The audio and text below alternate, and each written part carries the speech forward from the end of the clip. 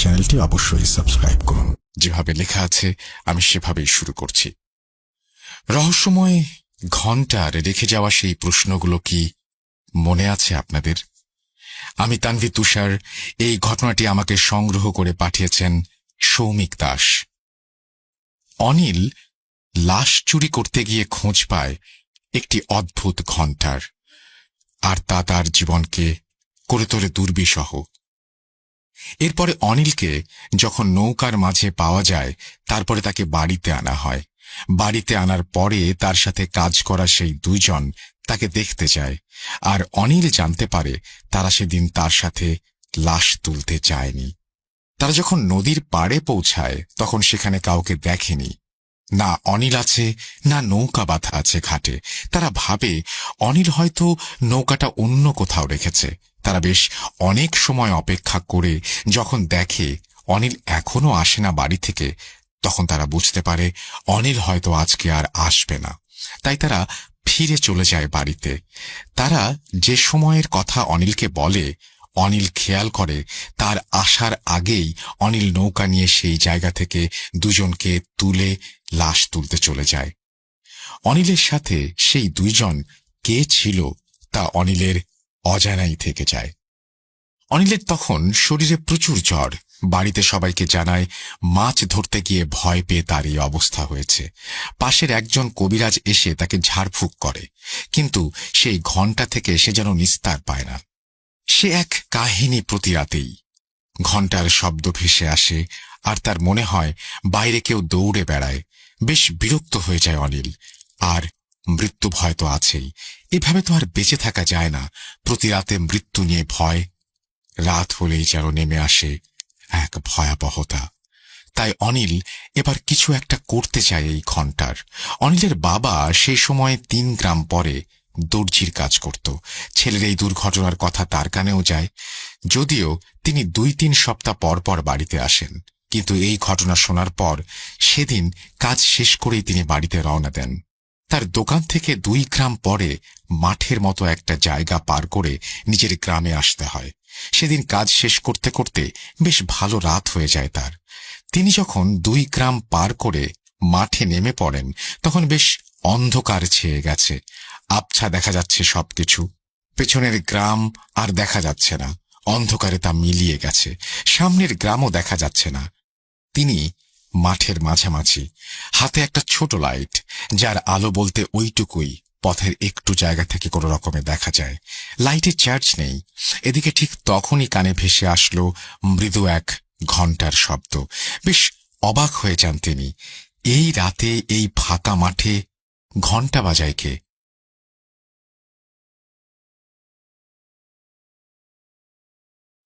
অল্প আলোয় লাইটটা চারপাশে ঘুরিয়ে দেখলেন তিনি। কিছুই দেখা গেল না। আরো একটু জোরে হাঁটা শুরু করলেন তিনি। এবার মনে হলো শব্দটা তাকে ঘিরে চক্রাকারে ঘুরছে। থেমে গেলেন তিনি। কি হচ্ছে আর এখন ঠিক কি করা উচিত কিছু যেন মাথায় কাজ করছে না তার। হঠাৎ মনে হলো ঘণ্টার শব্দটা সামনে থেকে ধেয়ে আসছে তার দিকে। আস্তে আস্তে যেন জোরালো হয়ে উঠছে শব্দটা। শব্দটা যত কাছে আসছে তত একটা ছোট অবয়ব যেন অন্ধকার ফুঁড়ে বেরিয়ে আসছে তার দিকে। একটু পরেই তিনি দেখলেন বামন আকৃতির মানুষ একটা ঘণ্টা বাজাতে বাজাতে এগিয়ে আসছে তার দিকে। লোকটি খুব বেশি হলে 3 ফুট লম্বা হবে। তার পরনে সাদা ধপধপে ধুতি, আর গলা থেকে ঝুলে আছে একটা পৈতা। বামনটি ঘণ্টা বাজাতে বাজাতে পাশ কাটিয়ে চলে যায় অনিলের বাবার। তিনি কিছুটা অবাক হয়ে যান। এত রাতে এই লোক কোথা থেকে আসলো, আর এই ফাঁকা মাঠে এই অন্ধকারেই বা সে ঘণ্টা বাজিয়ে কি করে? এসব ভাবতে ভাবতে তিনি আবার হাঁটা দিলেন বাড়ির পথে। কিছু দূর আসতেই আবার সেই ঘণ্টার শব্দ। এবার ভেসে আসছে পেছন থেকে। আবার আগের মতো পেছন থেকে আস্তে আস্তে জোরে শব্দটা ভেসে আসছে কাছে। হঠাৎ পাশ কাটিয়ে পেছন থেকে সামনে এগিয়ে গেল সেই বামন। তিনি আরো জোরে হাঁটা দিলেন, কিন্তু এই বামনের সাথে তার কোনো মতেই তিনি হেঁটে পেরে উঠছিলেন না। এবার একটা নির্দিষ্ট দূরত্ব রেখে হাঁটা শুরু করলো বামন। আর তিনি লাইট মারলেন বামনের দিকে বিরক্ত হয়ে, আর জোরে ডাক দিয়ে বললেন, এই তুমি কে বলো তো? এই রাতের বেলা আমার সাথে এমন করছো কেন? বামনটি থেমে গেল। এটা দেখে অনিলের বাবাও থেমে গেলেন। বামুনটি পেছনে ফিরে কিছুটা এগিয়ে আসলেন তার দিকে। এরপরে মুখটা গম্ভীর করে বললেন, সাবধানে থাকিস তোরা সবাই। অনেক বড় ভুল হয়েছে, অনেক বড় ভুল, অনেক বড় শক্তি। তোরা কি পারবি এই শক্তির মোকাবেলা করতে? ঘন্টা ফিরে এসেছে, ঘন্টা ফিরে এসেছে, ঘন্টা ফিরে এসেছে। বলেই পিছনে ফিরে অন্ধকারে হেঁটে মিলিয়ে গেল বামনটি। অনিলের বাবা কিছুই বুঝতে পারল না কি হলো বা কি বলে গেল। তিনি মনে করলেন অনেকদিন গ্রামে নেই, তাই হয়তো নতুন কোনো পাগল এসেছে গ্রামে। ব্যাপারটা তেমন পাত্তা না দিয়ে তিনি বাড়ি চলে গেলেন। বাড়িতে যেয়ে খাওয়া দাওয়া শেষ করে ঘুমিয়ে পড়লেন। অনেক পথ হেঁটে এসেছেন, শরীর বড্ড ক্লান্ত। ঘুমে যেন তার চোখ বন্ধ হয়ে আসছে বারবার। যা কিছু হয়েছে বাড়িতে কাল সকালে কথা বলা যাবে। ঘুমিয়ে পড়লেন তিনি। হঠাৎ একটা মৃদু শব্দে ঘুম ভেঙে গেল তার। মনে হচ্ছে টিনের চালের ওপর দিয়ে কেউ হেঁটে যাচ্ছে। উঠে বসলেন তিনি। এর মাঝেই সেই পরিচিত ঘণ্টার শব্দ। বেশ বিরক্ত হয়ে যান। শব্দটা আস্তে ধীরে আবার আগের মতো কাছে এগিয়ে আসছে। শব্দটা এখন যেন অনেক বেশি তীব্র, আগের মতো এতটা মৃদু না। কান ঝালাপালা হয়ে যাচ্ছে। অনিলের মা উঠে বসলেন পাশে। অনিলের মা বললেন, হয়েছে, এই শব্দটা শুনতেছেন, এই সমস্যা বাড়ির। এই থেকেই যেন এত কিছুর শুরু হয়েছে। রাতে বাড়ি আসার সময়ের সেই অদ্ভুত ব্যাপারটা অনিলের বাবা বললেন। দুজনের কেউ কিছু বুঝতে পারল না। সারা রাত আর ঘুম হল না। তার মনে হচ্ছে অনিলের ঘর থেকে ঘন্টা বেজেই চলেছে, বেজেই চলেছে, বেজেই চলেছে। সকালে ওঠার পরে অনিলের ঘরের সামনে গেল তার বাবা। অনিলকে ডেকে বলল, কি হয়েছে তোমার? সারা রাত ধরে এই যে ঘন্টা বাজালে, এতে ঘুমানো তো দায় হয়ে গেছে। অনিল তখন সব ঘটনা খুলে বলে তার বাবাকে। তবে লাশ চুরির কথাটা না বলে সে মাছ ধরতে যে ঘন্টাটা পায় নদীর পাড়ে এটা জানায়। তার বাবা সব শুনে তারা দুজনে মিলে খোঁজ করতে থাকে এমন একজনকে যে পারবে এই বিপদ থেকে তাদের রক্ষা করতে। বেশ কদিন খোঁজা হলো এমন লোক, আর তার মাঝেও তাদের বাড়িতে এই অত্যাচার চলমান। এর মাঝে হঠাৎ 5 দিন পরে এমন এক লোকের খোঁজ পায় তারা, যে এই সব কাজ করে থাকে। দুজনে মিলে ঠিক করলো আজই বিকেলে এই ঘন্টা সাথে করে নিয়ে যাবে সেই লোকের কাছে। যে করেই হোক এর থেকে মুক্তি পেতে হবে। বিকেলে দুজন রেডি হয়ে চলে গেল সেই লোকের কাছে। অনিলের কাছে হাতে সেই ঘন্টার ব্যাগ। লোকটার কাছে যাওয়ার পরে ঘন্টার ব্যাগটা দিয়ে এর সমস্যার কথা খুলে বলল অনিল। লোকটি তাদের আশ্বস্ত করল এই সমস্যা ঠিক করে দেবেন তিনি। তারপরে তিনি ঘন্টাটা নিজের কাছে রেখে দিলেন আর বললেন, আমি খবর দিলে আসবেন। বাড়ি এসে অনিলের বাবা আবার কাজে চলে যায়। বেশ শান্তিতে আছে তারা, আর কোনো সমস্যা নেই। হাঁপ ছেড়ে বেঁচেছে অনিল। মনে হলো অনেক বড় বোঝা নেমে গেছে বুক থেকে। এর প্রায় 10 দিন আর কোনো সমস্যা হলো না। সবকিছু স্বাভাবিক। অনিল বাবা আবার আসছেন একদিন আগে বাড়িতে। অনিল আর তার বাবা উঠোনে বসে গল্প করছে সকালবেলা। হঠাৎ দেখলেন দূর থেকে একটা লোক আসছে তাদের দিকে। সেই লোক কাছে এসে বলল, আপনারা যাকে ঘন্টা দিয়ে এসেছিলেন তিনি আমাকে পাঠিয়েছেন। আপনাদের যত দ্রুত সম্ভব দেখা করতে বলেছেন, আর সম্ভব হলে এখনই আমার সাথে যেতে বলেছেন আপনাদের। অনিল আর তার বাবা রেডি হয়ে লোকের সাথে চলে যায়। লোকটি তাদের নিয়ে সোজা চলে গেলেন একটা হাসপাতালের দিকে। তারা কিছুটা অবাক হয়ে জিজ্ঞেস করল, এদিকে কেন? লোকটি তাদের বলল, আপনারা আসেন, আমি কিছু জানি না, তিনি আপনাদের সব বলবেন। অনিল আর তার বাবা যেয়ে দেখলেন একটি বেডে ডান হাত আর মাথায় ব্যান্ডেজ করা অবস্থায় শুয়ে আছে সেই কবিরাজ। অনিল আর তার বাবাকে দেখে কেঁদে ফেললেন সেই লোক। অনিল এগিয়ে এসে বলল, আপনার এই অবস্থা হয়েছে কি করে? লোকটির চোখ ছলছল করে উঠল। কান্না জড়ানো কণ্ঠে অনিলের দিকে তাকিয়ে বলল, আমার অনেক বড় সর্বনাশ হয়ে গেছে। আমার ছেলেটা নেই, ও কেড়ে নিয়েছে আমার ছেলেকে। বলেই কেঁদে উঠল লোকটি। তার চোখ দিয়ে গড়িয়ে পড়ল পানি। চোখটা মুছে লোকটি বলতে শুরু করল, তোমরা যখন আমাকে ঘন্টা দিয়ে গেলে, তারপরে থেকেই ঘটতে থাকে অস্বাভাবিক সব ঘটনা। আমি জীবনে অনেক সমস্যা ঠিক করেছি, তাই এটা নিয়ে আমার তেমন কোনো চিন্তা ছিল না। আমি ঘন্টাটি আমার ছেলের ঘরে রেখেই ঘুমিয়ে গিয়েছিলাম। কিছু কাজ নিয়ে ব্যস্ত ছিলাম 2 দিন, কিন্তু প্রথম রাত থেকে একটা ঘন্টার শব্দ শুনতে পেতাম আমরা সবাই। মনে হতো বাড়ির চারপাশে সেটি চক্রাকারে ঘুরছে। আস্তে আস্তে তা এত বেশি তীব্র হয়ে উঠল যে ঘুমানো দায় হয়ে গেল। পরদিন আমি ঘন্টাটা নিয়ে বসি খোঁজ করার জন্য। সেদিন কিছু জানতে পারিনি, আর ঘন্টাটা রেখে রাতে শুয়ে পড়ি। সেদিন রাতে খেয়াল করি আমার টিনের চালের ওপর দিয়ে কেউ এ মাথা থেকে ও মাথা দৌড়ে যাচ্ছে।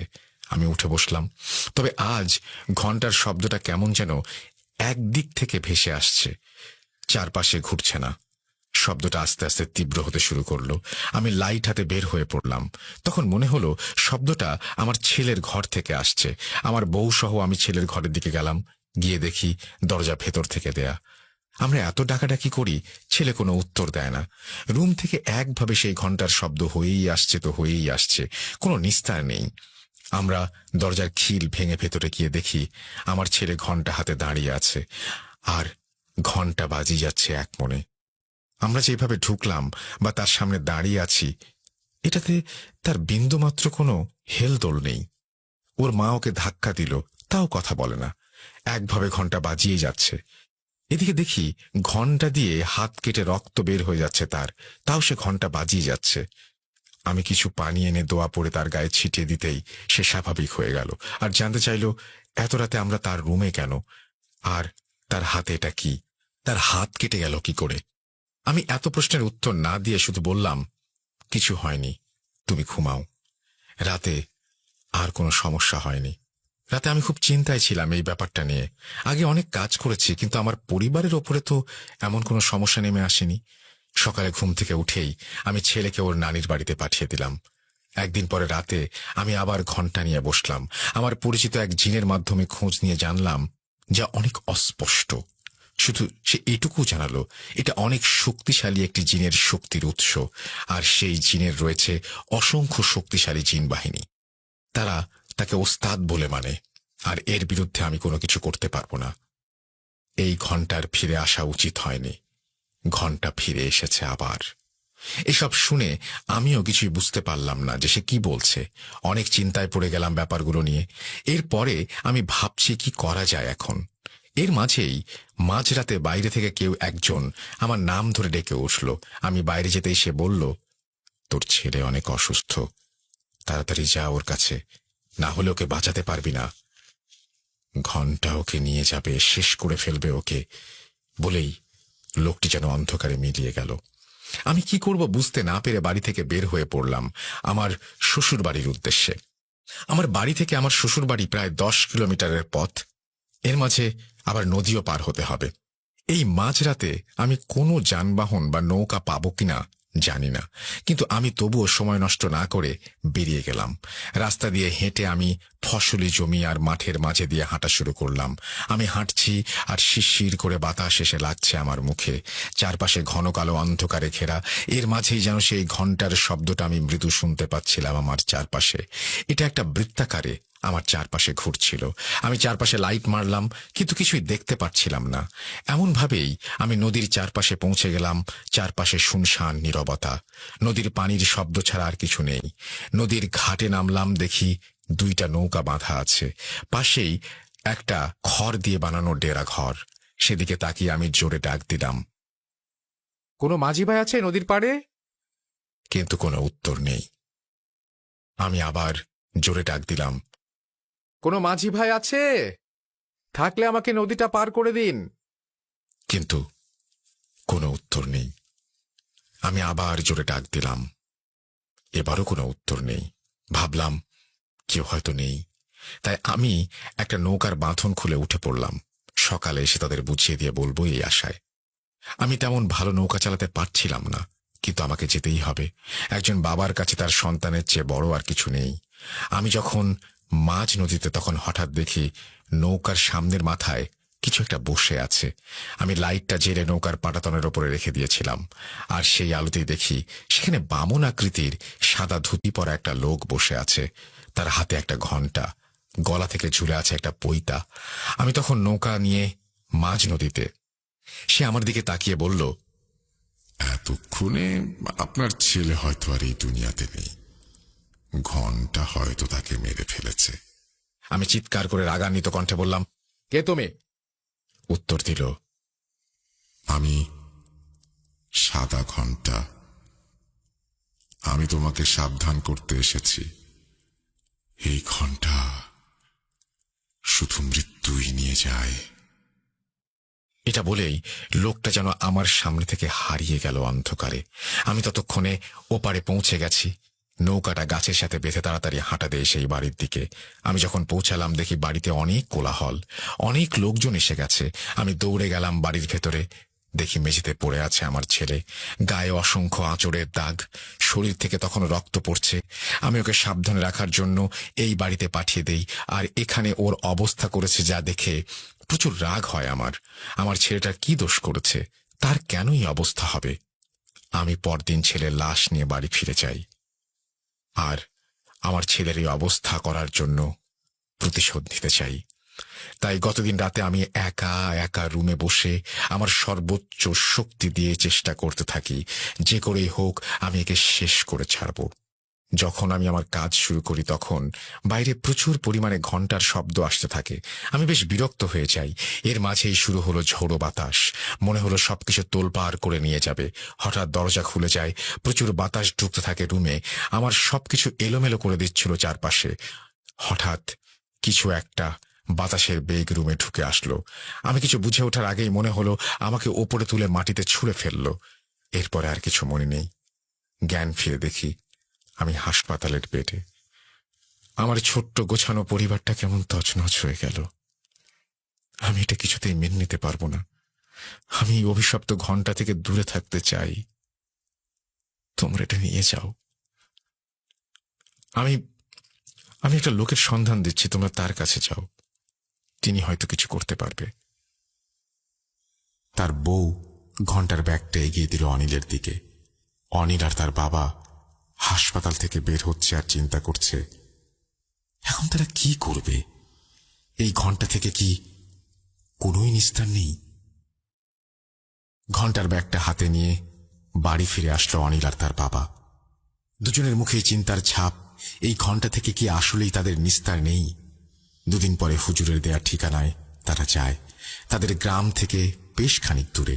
এবার অনিল তার বাবা আর অনিলের এক চাচাতো ভাইকে সাথে নেয় সে। যেহেতু বেশ ভালোই দূরের পথ আর নৌকা যোগে যেতে হয় সেখানে, তাই তিনজন চলে যায় তারা। ঠিকানায় গিয়ে দেখে তিনি বেশ বড় মাপের কবিরাজ। অনেক লোক বসে আছে, তাদেরও সিরিয়াল দিতে হলো। তারা পৌঁছালো দুপুরে, কিন্তু সবকিছু শেষ করে যখন তাদের ডাক পড়ল তখন পড়ন্ত বিকেল। চারপাশে রোদের রেখা ক্ষীণ হয়ে আসছে। তারা যখন কবিরাজের কাছে সেই ঘন্টা দেয়, কবিরাজ তা দেখে নিয়ে আগে সব শুনে নেয়। তারপরে বলে, আপনারা ঘন্টাটা রেখে যান, 7 দিন পরে আবার আসবেন।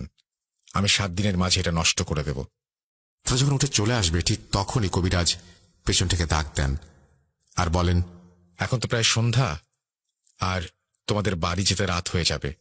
যদিও ভালো বাইরে চাঁদের আলো, তারপরেও এই নাও, এটা হাতে বেঁধে নাও। এই বলে কবিরাজ তাদের তিনজনের দিকে 3টা তাবিজ এগিয়ে দিলেন। তাবিজগুলো হাতে বেঁধে নিয়ে তারা বেরিয়ে আসলো ঘর থেকে। চারপাশ কেমন অস্পষ্ট হয়ে আছে, ঝাপসা একটা অন্ধকারে। তারা হাঁটা দিল নদীর দিকে। নদীর কাছে যখন তারা আসলো, অনেকটাই অন্ধকার কেটে চাঁদ উঁকি দিচ্ছে মাথার ওপর, আর চাঁদের আলোয় নদীর পাড়ে তা যেন চিকচিক করে উঠছে। তারা উঠে বসলো নৌকায়। এদিকে অনিল বসে আছে মাঝের দিকে, অনিলের বাবা বসে আছে সামনে, অনিলের চাচাতো ভাই তখন নৌকা চালাচ্ছে। বেশ কিছু দূর এসেছে তারা। এর মাঝে অনিলের বাবা নৌকা চালাচ্ছে তখন। মাথার ওপরে পূর্ণ চাঁদ, নৌকার সাথে পানি ধাক্কা খাওয়ার শব্দ আর ঝিরিঝিরি বাতাস বেশ ভালোই লাগছে অনিলের। এর মাঝে এতদিন পরে আবার সেই ঘন্টা থেকে মুক্তি। ওখানে যাওয়ার পরে শুনেছে এই কবিরাজ নাকি এমন কোনো কাজে ব্যর্থ হননি, তাই এবার আশাটা অনেক বেড়ে গেছে তার। এবার হয়তো মুক্তি পাওয়া যাবে। এসব চিন্তা করতে করতে চোখ লেগে এসেছিল অনিলের। হঠাৎ একটা মহিলার চিৎকারে ঘুম উবে যায়। তারা তিনজনই দেখে নদীর ওপার থেকে একটা মহিলা জোরে জোরে তাদের ডাকছে, এত রাতে একটা মহিলা এভাবে নদীর পাড়ে দাঁড়িয়ে বেশ অবাক হয়ে যায় তারা। অনিলের বাবা মহিলাকে উদ্দেশ্য করে বলে, কি হয়েছে, আপনি ডাকছেন কেন? মহিলা বলে, আমাকে কি আপনাদের সাথে নিতে পারবেন? আমাকে সামনের ঘাটে নামিয়ে দেবেন। আমার ছেলেটা খুব অসুস্থ, এখানে এসেছি কাজে, আর এত রাতে যাওয়ার কোনো নৌকা পাচ্ছি না। এই উপকারটুকু যদি করতেন। অনিলরা দেখল একটা মহিলা এত রাতে এখানে, তারাও ওইদিকে যাচ্ছে, তাহলে সাথে করে নিয়ে নিক, যে নামিয়ে দেবে। অনিলের বাবা নৌকাটা পাড়ের দিকে নিলেন। তারপরে মহিলা নৌকায় উঠে বসল। মহিলার হাতে একটা কাপড়ের পোটলা। নৌকায় ওঠার পর অনিলের বাবার সাথে দু একটা কথা হয় মহিলার। নৌকা চলতে শুরু করে।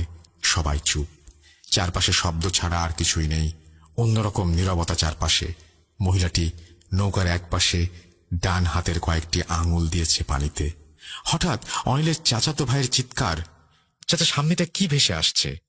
অনিলের বাবা তাকিয়ে দেখেন সামনে সাদা কাপড়ের মতো কিছু একটা ভেসে আসছে তাদের দিকে। অনিলের বাবা নৌকাটা কোনোভাবেই যেন এদিকে সরিয়ে নিতে পারছেন না। ভয় তার মুখ ফ্যাকাশে হয়ে গেছে। অনিল তখন বাবার সাথে ধরে বৈঠা দিয়ে সর্বোচ্চ চেষ্টা করে নৌকাটি অন্যদিকে নিতে, কিন্তু শেষ পর্যন্ত তার নৌকাটা আর সরাতে পারল না। ততক্ষণে সামনে আসা সেই সাদা বস্তুটা আরো কাছে চলে এসেছে ভাসতে ভাসতে। কাছে আসতেই স্পষ্ট হয়ে গেল এটা আর কিছু নয়, এটা একটা কাফনে মোড়া লাশ। আর সেটা অনিলের ভয় আরো বাড়িয়ে দেয় কয়েক গুণ, কারণ এই লাশ তার চেনা। পুকুরের মাঝে ঠিক এই লাশটাই ভাসতে দেখেছিল সে, আর এই লাশটাই তো নৌকায় করে নিয়ে চলেছে অনিল। তাহলে কি আবার সেই ঘন্টার কোনো প্রভাবে আটকে গেল তারা? এটা ভাবতেই লাশটা জোরে এসে ধাক্কা দিল নৌকায়। নৌকা ভালো করে ধরে কোনো মতে তারা তাল সামলে নিল। লাশটি ধাক্কা দিয়ে নৌকার এক পাশ দিয়ে ভেসে চলে গেল পেছনের দিকে। কিন্তু এবার তারা তিনজন খেয়াল করল নৌকায় সেই মহিলাটি কোথায়। শুধু কাপড়ের পোটলা পড়ে আছে নৌকার মাঝের পাটাতনে, কিন্তু সেই মহিলাটি তো নেই। অনিলের বাবা বলল, দেখো তো সে পানিতে পড়ে গেল কিনা। এসব করতে করতেই হঠাৎ কাপড়ের সেই পোটলাটি নড়ে উঠল। একটা খসখসে আওয়াজে সবাই তাকালো পোটলার দেখে। হঠাৎ তাদের চোখের সামনেই পোটলা খুলে বেরিয়ে আসলো একটা 4 বছরের শিশু। তার চেহারা এত বিভৎস, দেখার মতো না। শরীরের বিভিন্ন অংশে কাটাছেঁড়া দাগ, রক্ত পড়ছে সেখান থেকে। সেই রক্তে ভিজে যাচ্ছে নৌকার পাটাতন। ছোট ছেলেটি নৌকার ওপরে লাফাতে শুরু করে। ছেলেটি শরীর থেকে রক্ত ছিটে এসে লাগলো তাদের শরীরে। এমন অবস্থা যে নৌকার উপরে আর থাকা যাচ্ছে না। অনিলের বাবা তাড়াতাড়ি নৌকাটা পাড়ের দিকে নিলেন। এরপরে সবাই নৌকা থেকে লাফ দিয়ে মাটিতে নেমে পড়ল। মাটিতে নামার সাথে সাথে অনিল বুঝতে পারল কি ভুল করেছে তারা। অনিল তো এখানেই এসেছিল লাশ চুরি করতে, সামনেই তো সেই মাঠ। কিন্তু ততক্ষণে আর কিছু করার নেই।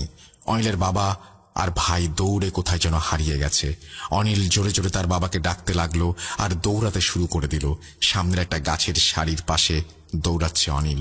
হঠাৎ অনিল দেখে তার বাম পাশের গাছের সারির ওপাশ দিয়ে অনেক বড় বিশালাকার ধূসর একটি মানুষের মতো অবয়ব দৌড়াচ্ছে, আর তার কাঁধে বসে আছে একটা কালো কুচকুচে বামন আকৃতির লোক।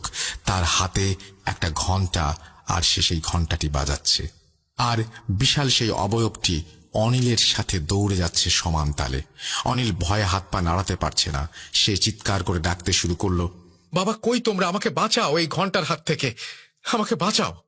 কিন্তু সেই চিৎকার যেন আজ কারো কানেই যাচ্ছে না। কেউ নেই কোথাও।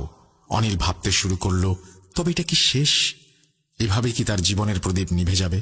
ঠিক তখনই তার বাবা ডেকে উঠল, কই অনিল, এদিকে আয়। সেই ডাকের উৎস ধরে দৌড়াতে লাগলো অনিল। সামনে সেই চেনা পুকুর, পাশের অবয়বটা আর নেই। অনিল পুকুর পার হতেই দেখল তার ভাই আর বাবা দাঁড়িয়ে আছে আগের সেই জায়গায়, সেই বাড়িটার কাছে। অনিল কাছে যেতেই দেখে হারিকেন হাতে দাঁড়িয়ে আছে সেই বৃদ্ধ আর বৃদ্ধা লোকটি। অনিল যেই তার বাবার হাত ধরে বলল, এ তোমরা কোথায় দাঁড়িয়ে আছো? এরা কেউ তোমাদের সাহায্য করবে না, এরা কেউ মানুষ নয়। অনিলের বাবা অনিলকে ধমক দিয়ে বলে, জলজ্যান্ত মানুষ সামনে দাঁড়িয়ে আছে, তুই বলছিস এরা মানুষ না? কি বকছিস? বৃদ্ধ লোকটি অনিলের বাবার দিকে তাকিয়ে বলে, ও ঠিক বলেছে, অনেক বছর আগে মরে গেছি আমরা। ওই যে পাশের ঘরটা, ওখানে পড়ে আছে আমাদের অর্ধগলিত লাশ। এই ঘন্টা আমাদের বাধ্য করেছে সব করতে। আমরা কেউ তার বিরুদ্ধে কিছু করতে পারবো না, কেউ না। এতগুলো বছর পরে ঘন্টা আবার ফিরে এসেছে। এটা বলেই লোক দুটো যেন তাদের সামনে থেকে একদম হাওয়ায় মিলিয়ে গেল। অনিল বাবা সাহস করে পাশের দিকে এগিয়ে যেতেই একটা মাংস পচা গন্ধ এলো তার নাকে। টেবিলে জ্বলছে একটা হ্যারিকেন, আর মেঝেতে পড়ে আছে দুইটা অর্ধগলিত লাশ। অনিল বাবা তাদের কাছে এসেই দুজনের হাত চেপে ধরে বলল, আর এক মুহূর্ত এখানে না, নৌকায় করে চল। তিনজন হাত ধরে দৌড় দেয় নৌকার দিকে। পেছন থেকে ভেসে আসছে ঘন্টার শব্দ, আর পেছনে তাকানো যাবে না। ভয়ে ভয়ে তিনজন দৌড়ে এসে উঠে পড়ল নৌকায়। জোরে বাড়ির দিকে চালাতে শুরু করে দিল নৌকা। তারা যখন বাড়ির ঘাটে এসে পৌঁছালো, তখন চারপাশে দিনের আলোর আভা ফুটে উঠেছে। পূর্ব দিক থেকে দেখা যাচ্ছে একটা লাল আভা। ক্লান্ত তিনজন তখন নৌকা থেকে নেমে হাঁটা দিল বাড়ির দিকে। বাড়িতে আসার পরে অনিল তার বাবা আর চাচাতো ভাইকে বলল, নৌকা থেকে নেমেই তোমরা কোথায় হারিয়ে গিয়েছিলে? আমি এত খুঁজলাম, ডাকলাম, কোনো সারা শব্দ নেই। আর আমি যখন তোমাদের খুঁজছিলাম, তখন দেখি পাশে একটা বিশাল আকৃতির কেউ দৌড়াচ্ছে, আর কাঁধে বসে আছে কালো কুঁচকুচে একটা বামন। সে সেই তালে তালে ঘন্টা বাজিয়ে যাচ্ছে। তারপরে দেখলাম তোমরা দুজন সেই বাড়ির সামনে। অনিলের বাবা আর চাচাতো ভাইও সেম কথা বলল। তারাও নেমে আশেপাশে কাউকে দেখেনি। তারা দৌড়ানোর সময় দুজনেই পাশের অবয়বটিকে দেখেছে। অনিলের বাবা বলল, আমি এভাবে ভয়ে তোদের ডাকতে ডাকতে সামনে গিয়ে দেখি সেই কুড়ে ঘর, সেখানে দাঁড়িয়ে গেছি। এরপরে অনিলের চাচাতো ভাই বলে, আমিও সেই ঘর আর চাচা দাঁড়িয়ে আছে দেখে দাঁড়িয়ে গেছি। তিনজনেই বুঝতে পারল তারা একই জিনিস দেখে একইভাবে দাঁড়িয়ে গেছে। কিন্তু এর অর্থ কি? কেনই বা তারা দৌড়ানোর সময় তাদের আর কাউকে পাশে দেখতে পায়নি, আর ওই দিকেই কেন তাদের নিয়ে যাওয়া হলো? এটা তারা কিছুই জানে না। এর ব্যাখ্যাও তাদের কাছে নেই। এর প্রায় 5 দিন আর কোনো সমস্যা নেই, সবকিছু স্বাভাবিক। তারা সবাই এবার স্বস্তির নিঃশ্বাস ফেলছে। যাক, অবশেষে এর সমাধান হলো। হঠাৎ 6 দিনের মাথায় এক লোক এসে উপস্থিত হলো তাদের বাড়িতে। তারা যে কবিরাজকে ঘণ্টা দিয়ে এসেছিল, সেই কবিরাজের কাছ থেকে এসেছে লোকটি। সে জানালো, কবিরাজ রাতে তার নিজের মতো করে এই ঘন্টা নষ্ট করার জন্য লেগে পড়ে। আমরাও 4 জন ছিলাম তার সাথে। তিনি প্রথম 2 দিন কিছুই করতে পারেননি, কারণ কোনোভাবেই কোনো এক কারণে তার সাথে থাকা জিনদের তিনি হাজির করতে পারছিলেন না। এমন কিছু এর আগে কখনোই হয়নি তার সাথে। এরপরে গত রাতে তিনি একজনকে হাজির করেন। আমরা 3 জন ছিলাম তার সাথে। হঠাৎ বাইরে প্রচুর বাতাস শুরু হয়ে যায়, চারপাশ থেকে ঘন্টার শব্দ। তিনি ঘর থেকে বের হন, আমরাও সাথে সাথে বের হয়ে আসি। আমরা দেখি আমাদের বাড়ির চারপাশে ঘিরে ছুটে চলেছে বিশাল একটা কালো অবয়ব, আর তার কাঁধে কালো কুঁচকুঁচে ছোট একটা লোক। সে বিরামহীনভাবে ঘন্টা বাজিয়ে চলেছে। তিনি আমাদের রুমে যেতে বললেন, আর নিজে তাড়া করলেন সেই অবয়বকে। এরপরে 10 মিনিট হয়ে যায়, বাইরে আর কোনো শব্দ নেই। এত নিস্তব্ধতা, যেন কোনো কিছুই নেই এখানে। আমরা বাইরে বের হয়ে দেখি কেউ নেই, আর অবয়বটিও নেই। আমরা লাইট নিয়ে সবাই বাইরে বের হয়ে পড়ি তাকে খুঁজতে। অনেকক্ষণ এদিক ওদিক খোঁজার পরে আমরা তাকে মাঠের মাঝে একটা জমিতে পড়ে থাকতে দেখি। আমরা যখন তার কাছে যাই, তার পুরো শরীর কাঁদাতে মেখে আছে। মনে হয় কারোর সাথে ধস্তাধস্তি হয়েছে তার শরীরে উঠে দাঁড়াবার শক্তি নেই। এই কাজ তিনি করতে পারবেন না, তাই ঘণ্টাটি পাঠিয়ে দিয়েছেন।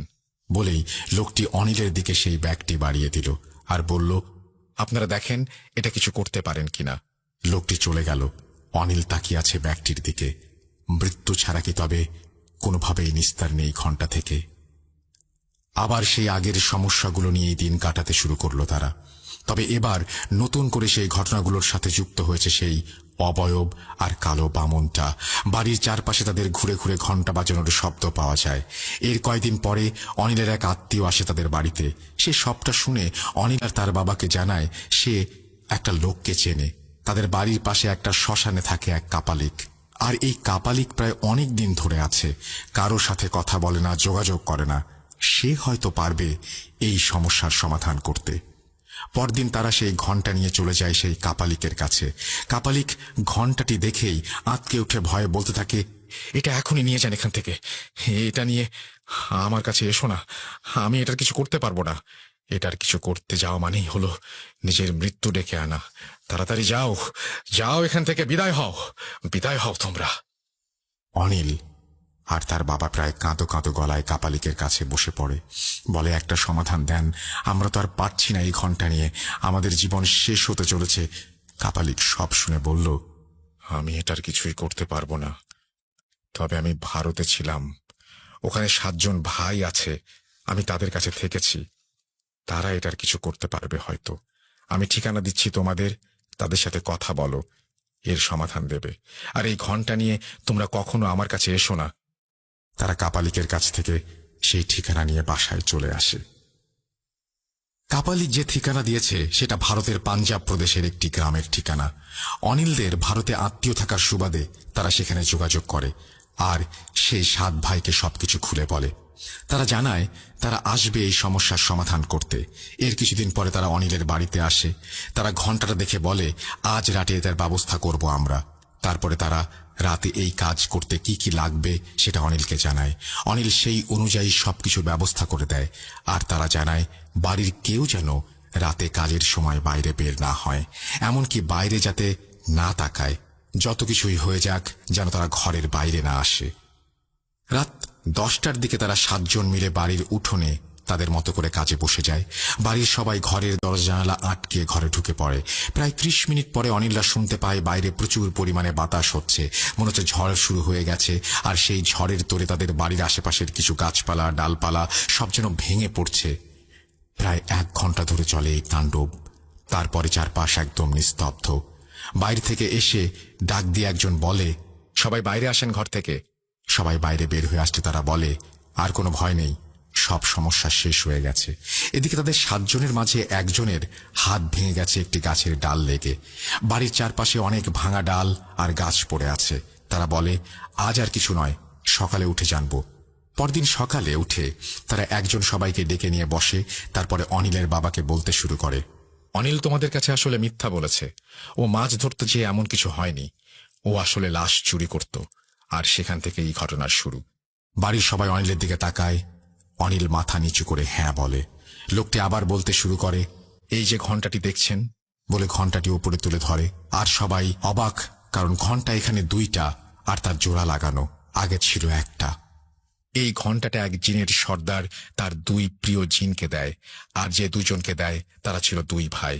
অনিলের বাবার দিকে তাকিয়ে বলে, যে সাদা ধুতি পরা লোকটিকে আপনি দেখেছেন, সে হলো তাদের 2 জনের মাঝে একজন, আর সে ছিল ভালো। আর অপর যে কালো জনকে আপনারা দেখেছেন, সে হচ্ছে খারাপ জিন। আর এই ঘন্টা ব্যবহার করে সে অনেক শক্তিশালী জিনকে তার কাছে রাখত, আর তাদের সাহায্যে এই ঘন্টা দিয়ে আরো বেপরোয়া শক্তিশালী হয়ে ওঠে। অনেক বছর আগে কোনো এক এলাকায় এই ঘন্টা দিয়ে সেই খারাপ জিন মানুষের উপরে অত্যাচার শুরু করে আর মানুষ মারতে শুরু করে। তখন সেই এলাকার অনেক ভালো বড় আর কিছু আলেম মিলে সেই জিনটিকে নিয়ে এই ঘন্টা দুটি এক জায়গায় জোড়া লাগায়। তার ফলে এই ভালো শক্তির জিনগুলো খারাপ শক্তির জিনগুলোকে বন্দী করে ফেলে এই ঘন্টার মাধ্যমে।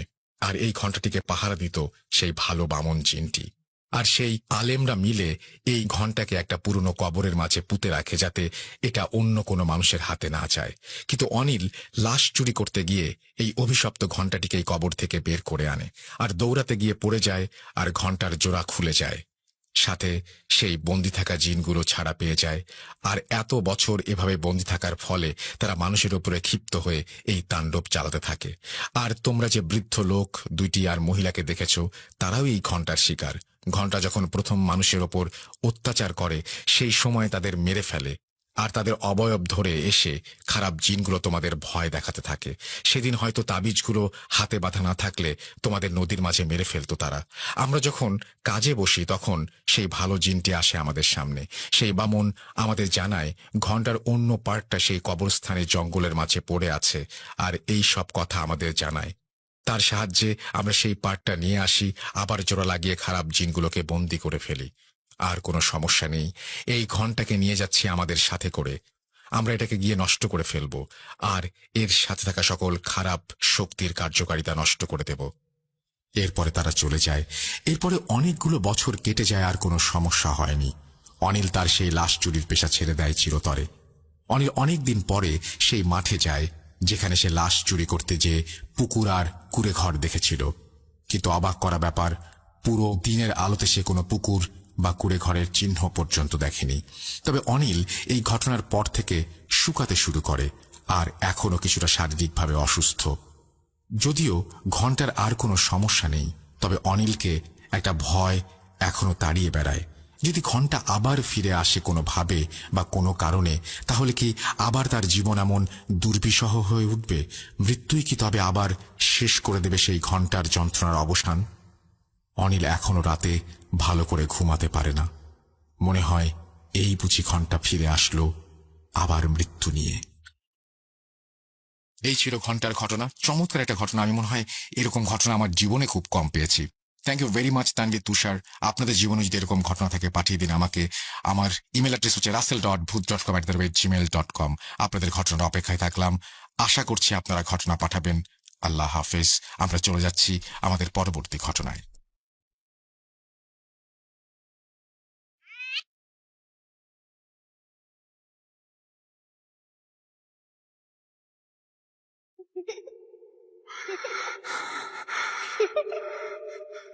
লুকোচুরি খেলবে?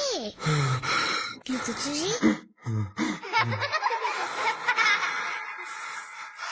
তুমি লুকাও, আমি ঠিকই তোমাকে খুঁজে পাবো।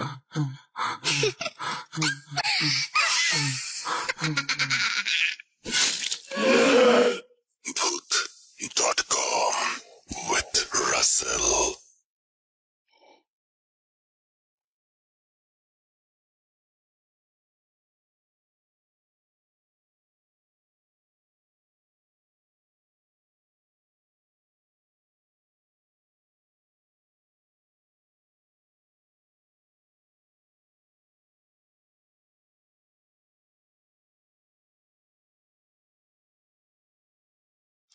Welcome back.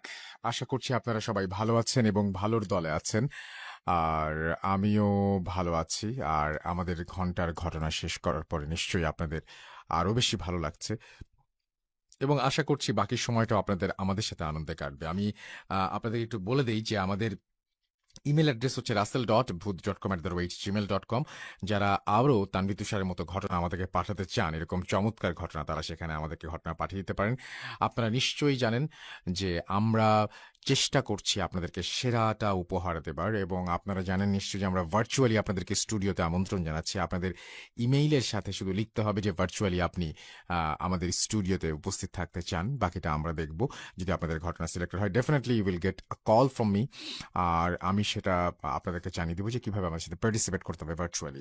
আমরা কোভিডের মাঝখানে আমি বলছিলাম যে অনেক নেগেটিভ কাহিনী ঘটেছে, কিন্তু পজিটিভ ব্যাপারটা হচ্ছে যে আমরা টেকনোলজিকে ব্যবহার করতে শিখেছি, এবং টেকনোলজির যে অবদান, সেই অবদান অনুযায়ী আমি বিশ্বাস করি যে খুব অল্প কিছু দিনের মধ্যেই আমরা চাইবো যে আপনারা এভাবে শুনতে পাবেন যে স্টুডিওতে ভার্চুয়ালি সবাই এসে ঘটনা শেয়ার করছে। সুমন আহমেদ আমাদের সঙ্গে আছেন, এবং তিনি কিবোর্ডিস্ট সুমন আহমেদ বাংলাদেশের পতাকা এবং আর্জেন্টিনার পতাকা দিয়েছেন। তার মানে তিনি প্রথমে শ্রদ্ধা জানিয়েছেন বাংলাদেশের পতাকা দিয়ে আমাদের শহীদদের এবং আমাদের মুক্তিযোদ্ধাদের। আমাদের মুক্তিযোদ্ধা মানে বাংলাদেশের 7 কোটি মানুষ তখন যারা ছিল, তাদের মানে সেই মানুষ যে তার অবর্ণনীয় আত্মত্যাগের মাধ্যমে নিয়ে এসেছিল স্বাধীনতা, সেই শহীদ প্রতিটি মুক্তিযুদ্ধের পরিবার এবং প্রতিটি বীরকে জানিয়েছেন শ্রদ্ধা।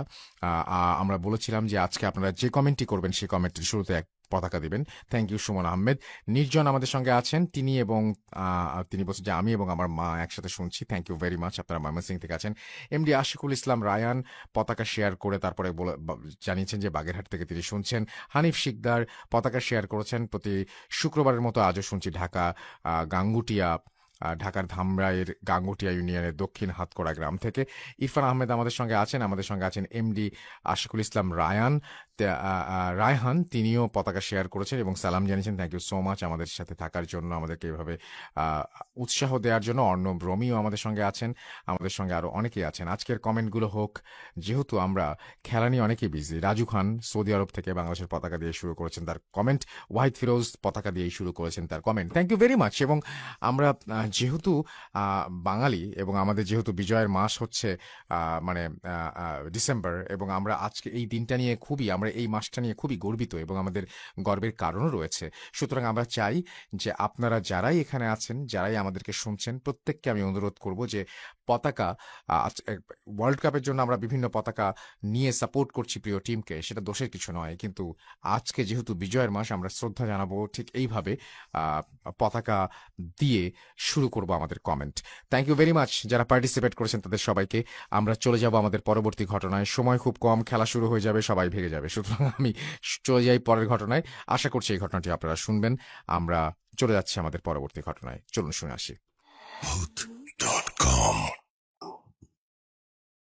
with Russell.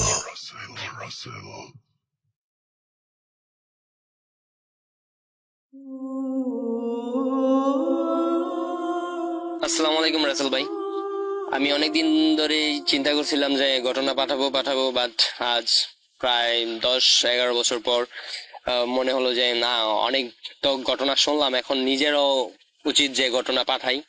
সো টাইপিং এ একটু ঝামেলা আছে আমার, আমি আবার স্পষ্ট বাংলা লিখতে গেলে একটু স্লো, তো রেকর্ড করে পাঠানোটাই বেটার মনে করলাম, তাই রেকর্ড করে ঘটনাটা পাঠাচ্ছি। ঘটনাগুলো হচ্ছে ছোট ছোট কিছু ইনসিডেন্ট নিয়ে, সেই ঘটনাগুলো আমার সাথে ঘটে গেছে। তো আমি যখন ছোট ছিলাম তখন আমাদের টিনের ঘর ছিল, তো আমরা তখন টিনের ঘরে থাকতাম। তো দোতলা টিনের ঘর বলা হয়তো। তো তখন নিচের যে ফ্লোর, সেই ফ্লোরটা মনে করেন রাসেল ভাই পাকা ছিল। এবার বিবরণগুলো আমার দেওয়ার দরকার আছে ঘটনার সাথে। তো রাসেল ভাই, আমাদের গ্রামে প্রায় সময় চুরি হতো। তো চুরি করলে অনেক সময় নিচে যে কাঁচা ফ্লোর থাকে, তাদের মাটির ফ্লোর থাকে, তাদের এই নিচ দিয়ে সেই মাটি খনন করে চোর ঘরে প্রবেশ করতো এবং বিভিন্ন আসবাবপত্র চুরি করতো। তো আমাদের রুম পাকা ছিল, সো চোর আসাটা ইম্পসিবল ছিল বা কোনো ওয়ে ছিল না। আর যেহেতু টিনের ঘর, সেহেতু চোর যদি আসতে হয় তাহলে নিচে দিয়ে তো আসা সম্ভবই না, তো উপর দিয়ে যদি আসতে হয় তো টিন কাটলে সেটা শব্দ হবে। তো রাত্রে আনুমানিক তখন আমার বয়সটা ছিল এই 6 বছর। তো মোটামুটি আমি অনেক কিছু বুঝি, তখন ক্লাস 2-তে পড়ি মেবি। তো রাসেল ভাই, আমি ঘুমিয়েছিলাম, রাত প্রায় অনেক গভীর, এক্স্যাক্টলি সময়টা আমার মনে নেই। ঘটনাটা হচ্ছে এমন যে যখন আমার ঘুম ভাঙলো তখন আমি নোটিস করলাম যে, আপনি খেয়াল করে দেখবেন রুমের ভিতরে অনেক সময় যখন আমরা এই ফ্যান লাইটের সুইচ ব্যবহার করি, সেখানে একটা ছোট্ট লাল বাতি ব্যবহার করা হতো। এখন অধিকাংশের ক্ষেত্রেই ব্যবহার করা হয় না, যাতে তখনকার সময়টা ব্যবহার করা হতো অ্যাভেলেবেল, যাতে বোঝা যায় যে হ্যাঁ, ওই বাতিটা দিনের বেলা জ্বললেও বোঝা যেত যে হ্যাঁ, কারেন্ট আছে, বিদ্যুৎ আছে। তো সেই বাতিটার আশেপাশে তেমন কোনো কিছু ছিল না যেটা মুভ করবে। তো রাসেল ভাই, ইলেকট্রনিক কোনো সমস্যা নেই যে বাতিটা কিছুক্ষণ জ্বলবে আবার বন্ধ হবে এমন। তো রাসেল ভাই, আমি খেয়াল করলাম বাতিটা, যখন আপনি একটা ডার্ক রুমে থাকবেন, একটা অন্ধকার রুমে থাকবেন, আর একমাত্র এই আলোর উৎস, সেখানে যদি আপনি কিছুক্ষণ দেখবেন যে কেউ যেন বাতিটার মধ্যে হাত দিচ্ছে, আবার হাতটা সরিয়ে নিলে বাতিটা স্পষ্ট হচ্ছে। তো রাসেল ভাই, আমার ক্ষেত্রেও তেমনটাই হয়েছে। আমি দেখছি যে বাতিটার মধ্যে কেউ যেমন হাত দিচ্ছে আবার হাত সরিয়ে নিচ্ছে, এমনটা আমি প্রথমে নোটিস করলাম। তারপর ভাবলাম যে কি হতে পারে। তারপর একটু চোখ কষলে যখন আমি স্পষ্ট হয়ে মানে আমি তো সোজাসুজি শুয়েছিলাম, তখন এক কাত হয়ে বাতিটার দিকে মুভ করে আমি স্পষ্ট হয়ে দেখার চেষ্টা করলাম। তো রাসেল ভাই, তখন আমি দেখলাম যে কোনো একটা মহিলা অবয়ব, মেবি মহিলা অবয়বদের এই চুল বড় থাকে, তারপরে তাদের বডি ল্যাঙ্গুয়েজ যেরকম, তেমন একটা মহিলা অবয়ব আপনি মুভ করছে সেই বাতিটার সামনে দিয়ে। আর সে যখন বাতিটার মিডল পয়েন্টে আসছে, তখনই বাতিটা আমার চোখ থেকে ওর বডির জন্য আড়াল হচ্ছে। তো তখন পুরোটা রুম অন্ধকার।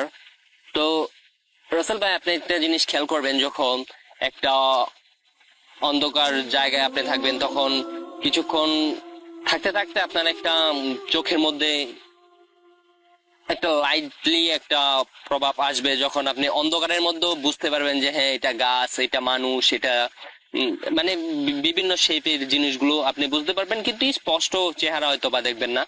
তো রাসেল ভাই ঠিক আমার সাথে এমনটাই করছে। তো আমি এই জিনিসটা দেখার পর আমি ভাবলাম যে আমার আম্মু সম্ভবত উঠছে। তো তিনি উঠছে ভালো কথা, তো পাইচারি করছে কেন ঘরের ভিতরে? আহ, আমি আমার আম্মুর সাথে ঘুমাই, আমার আম্মু মাঝে থাকে, আমার আব্বু এক সাইডে থাকে আর আমি এক সাইডে থাকতাম। তো বুঝতে পারছেন তখন আমার বয়স 6 বছর। তো আমার ফ্যামিলিতে রাসেল ভাই আমি একা। তো যখন আমি আমার পাশে হাত দেই, দেখি আমার আম্মু আমার সাথে আছে, তাহলে ওটা তো আমার আব্বু হওয়া ইম্পসিবল, কেননা আমি যেটা দেখছি এটা একটা নারী মূর্তি। তো রাসেল ভাই স্টিল সেটা তখনও মুভ করছিল এদিক থেকে ওদিক, কিন্তু তার বডিতে কোনো ঝাঁকুনি বা একজন মানুষ হাঁটলে দেখবেন একটু বডি শেক করে, কিন্তু তার বডিটা যেমন মনে হচ্ছিল ভেসে ভেসে যাচ্ছে রাসেল ভাই, সে কোনো স্টেপ ফেলে যাচ্ছে না। তো আমি আমার আম্মুকে আস্তে আস্তে জাগানোর চেষ্টা করি, মানে আমার ভিতরে সেই ভয়টা ছিল না যে আমি চিৎকার করব বা এমন কিছু। আমি আস্তে আস্তে আমার আম্মুকে বলি আম্মু আম্মু। তো আমার কথা শুনে আম্মু ওঠে, ওঠার পরে রাসেল ভাই আমি যখন আমার আম্মুকে এই জিনিসটা দেখানোর চেষ্টা করছিলাম, আম্মু বলছে কই কি, কিছুই তো নাই। তারপরে আব্বুকে জাগানো হয়, তারপরে আব্বুও দেখলো কিছু নাই। তো লাইট জ্বালানো হয়, লাইট জ্বালানোর পরে মেক শিওর কিছু নেই, এমনকি কোনো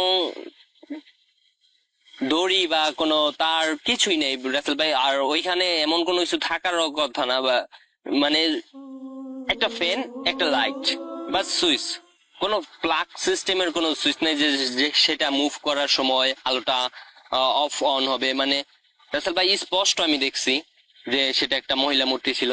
তো এটা ছিল একটা ঘটনা। তারপরে আব্বু আম্মু আমাকে একটা সান্ত্বনা দিল যে ঠিক আছে, কোনো ব্যাপার না, এমনটা হয় অনেক সময়, তুমি হয়তো বা স্বপ্ন দেখছো। তো আমি রাসেল ভাই স্পষ্ট ছিলাম। তো এটা ছিল আমার একটা ইনসিডেন্ট। তো তারপর রাসেল ভাই আরেকটা ঘটনা যেটা হতো সেটাই অনেকটা উইয়ার্ড, কিন্তু আমি আপনাদেরকে বলি, সচরাচর বাচ্চারা কিংবা যে কোনো মানুষই টিকটিকি দেখলে একটুনি অ্যাভয়েড করে। তো টিকটিকিটা সবার জন্য কিউটনেস এর কোনো জায়গা থাকে না টিকটিকির ক্ষেত্রে। যারা এনিম্যাল লাভার তারাও টিকটিকি দিক দিয়ে বলা চলে একটুনি অ্যাভয়েডই করে চলে।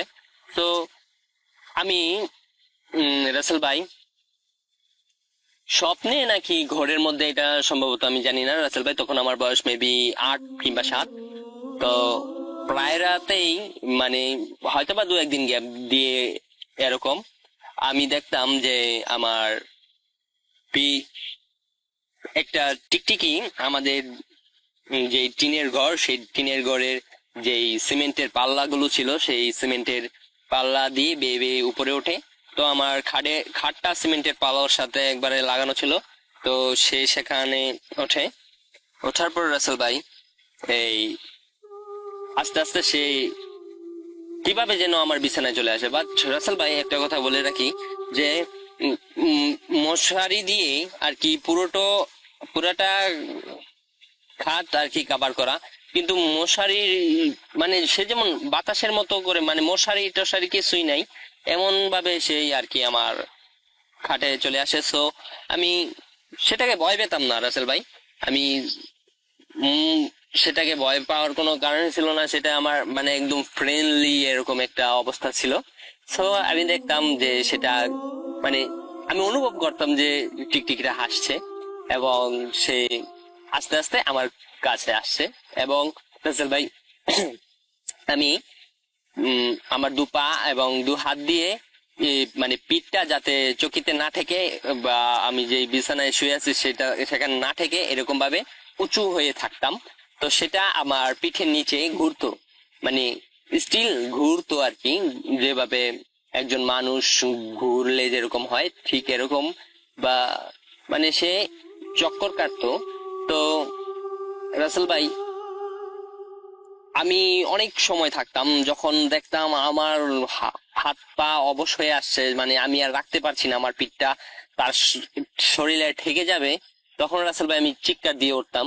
তো এই ঘটনাটা স্টিল আমার সাথে প্রায় 2 থেকে 2.5 বছর হয়েছে, এবং আমি চিৎকার দিয়ে উঠতাম। কিন্তু রাসেল ভাই, একটা জিনিস আপনি খেয়াল করবেন, যে স্বপ্নে হলে সে আমার পা হাত পা তো অবশ হওয়ার কথা না, তো সেটা হয়তো বা আমি স্বপ্নে শুধু খালি দেখবো, কিন্তু রিয়েলাইজ তো করা সম্ভব না। কিন্তু রাসেল ভাই, আমি যখন ঘুম ভাঙতো আমার পা হাত পা একদম অবশ হয়ে যেত, এবং আমি হুড়মুড়িয়ে উঠে পড়ার চেষ্টা করতাম, এবং আমার আম্মু আমাকে টেনে তুলতো এবং ওনার কাছে নিয়ে যেত, বলতো বাবা কি হয়েছে, কোনো সমস্যা নাই, কোনো কিছু হয় নাই। তো মনে করতো যে হ্যাঁ আমি খারাপ স্বপ্ন দেখতাম। তো এইরকম একটা ঘটনা আমার সাথে ঘটতো রাসেল ভাই।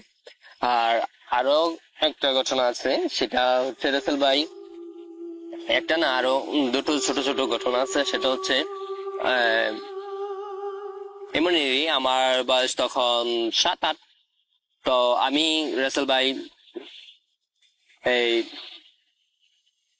আমার নানু বাড়িতে যাই। তো নানু বাড়িতে গেলে সেখানে আমার মামাদের যে ঘরটা ছিল সেটা ছিল টিন সেট। তো টিন সেটের সেই ঘরটাতে আহ যাই।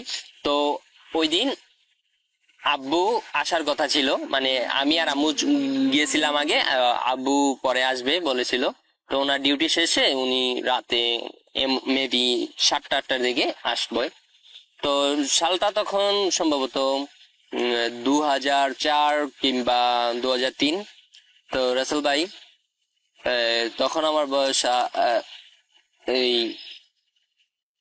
এই 6-7 বছর। তো রাসেল ভাই, যখন নাকি আমি একা একা খেলছিলাম, মানে ছোট বাচ্চারা যেরকম কিছু কাপড়ের পুতুল বা এরকম কিছু দিয়ে খেলাধুলা করে থাকে, তো আমি সামথিং কিছু একটা দিয়ে খেলছিলাম।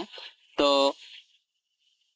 আমি দেখলাম তখন পরন্ত সন্ধ্যার মুহূর্ত, মানে সন্ধ্যা হয়ে গেছে, মাগরিবের আজান দিয়ে ফেলছে, কিন্তু তারপরেও কিছু একটা আলো থাকে, দেখবেন আপনারা মাগরিবের আজানের পরও মানে একটা আলো থাকে, মানে একদম দিনের মতোই। তো রাসেল ভাই, সেদিন একদম রোদেলা দিন ছিল, তো আকাশ ফর্সা, আলো ছিল। তো আমার মামাদের যেই বাড়িটা সেটা হচ্ছে মানে টিন সেট, বাড়ির পিছনের দিকে একটু ঝোপের মতো। তো সেখানে একটা আম গাছ আছে। তো সেই আম গাছটা বলা চলে সেই আম গাছের দিকে তেমন মানুষ একটা যাতায়াত করে না। তো কিছু সুপারি গাছ আছে আর একটা মেহেদি গাছ আছে। তো রাসেল ভাই, আমি বসেছিলাম ঘরের মাঝের রুমে। তো তিন সিট ঘরের মধ্যে দুটো রুম, একটা রুম হচ্ছে পশ্চিম দিকে আর একটা রুম হচ্ছে পূর্ব দিকে। তো আমি পূর্ব দিকের রুমটায় বসেছিলাম। তো রাসেল ভাই, আমরা পশ্চিম সাইডের রুমটার দিকে ওরা রান্না বাড়া করছিল, মামি ছিল ওইখানে, আরো বিভিন্ন মানুষ ছিল। তো ওদের সাথে কথাবার্তা হচ্ছিল। বিশেষ করে রাসেল ভাই, যখন একটা মেহমান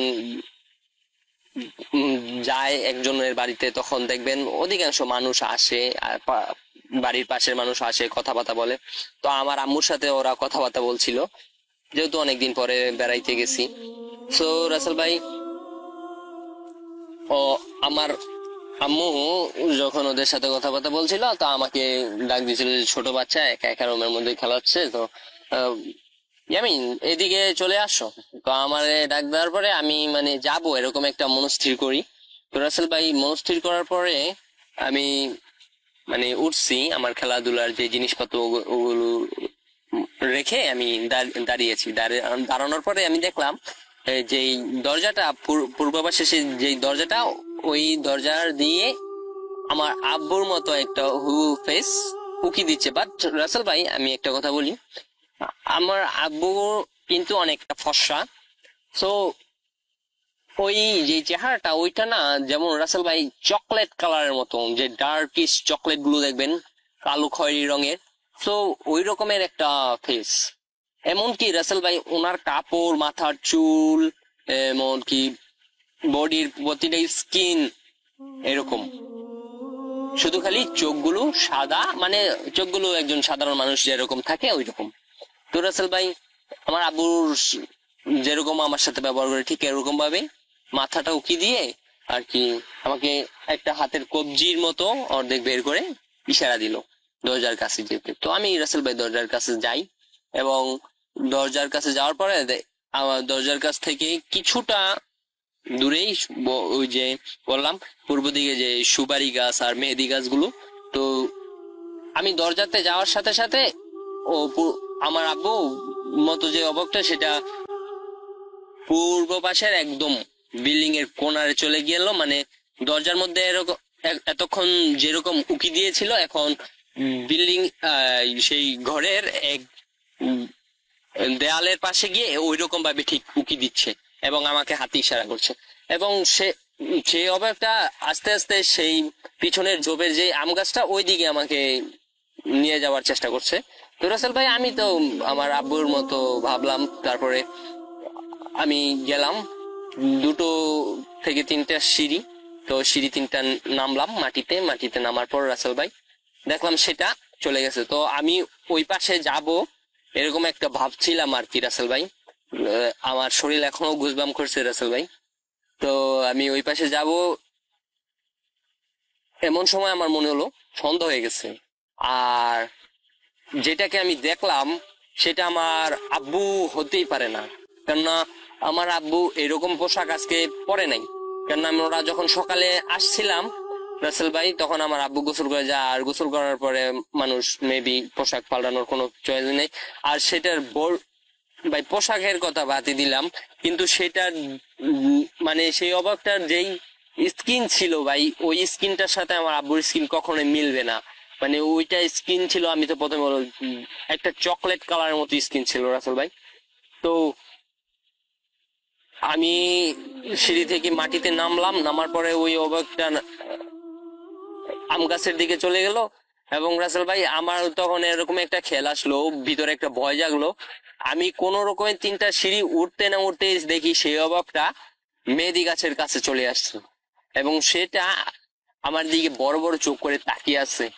মানে আমি জাস্ট খালি ভাই চেন্সি রুম ছিল, স্টিলের দরজাতে হুমড়ি খেয়ে পড়ার পরে কি আম্মু ওরা আরো যারা ছিল আম্মুর বান্ধবী ছিল ওই সময় বা মামি ওরা ছিল, ওরা স্টিলের দরজার শব্দটা অনেক জোরে হওয়াতে দৌড়ে আসলো, এসে দেখলো আমি স্টিলের দরজাতে ভাই পড়ে আছি। তো ওরা তুললো, বলতেছে বাবা কি হইলো, পড়ে গেছো কেন, নিচে নামছিলা, উঠানে নামছিলা। তো রাসেল ভাই ওই দিন যদি আমি যেতাম তাহলে আমার সাথে কি হতো সেটা একমাত্র আল্লাহ জানে। তো রাসেল ভাই আমি শুধু খালি উঠানের কোনার মেহেদি গাছটার দিকে নোটিস করছিলাম যে ওইটা মানে ওই সময় আমার মুখে এরকম ভাবে একটা ভয় পেয়েছিলাম। তো রাসেল ভাই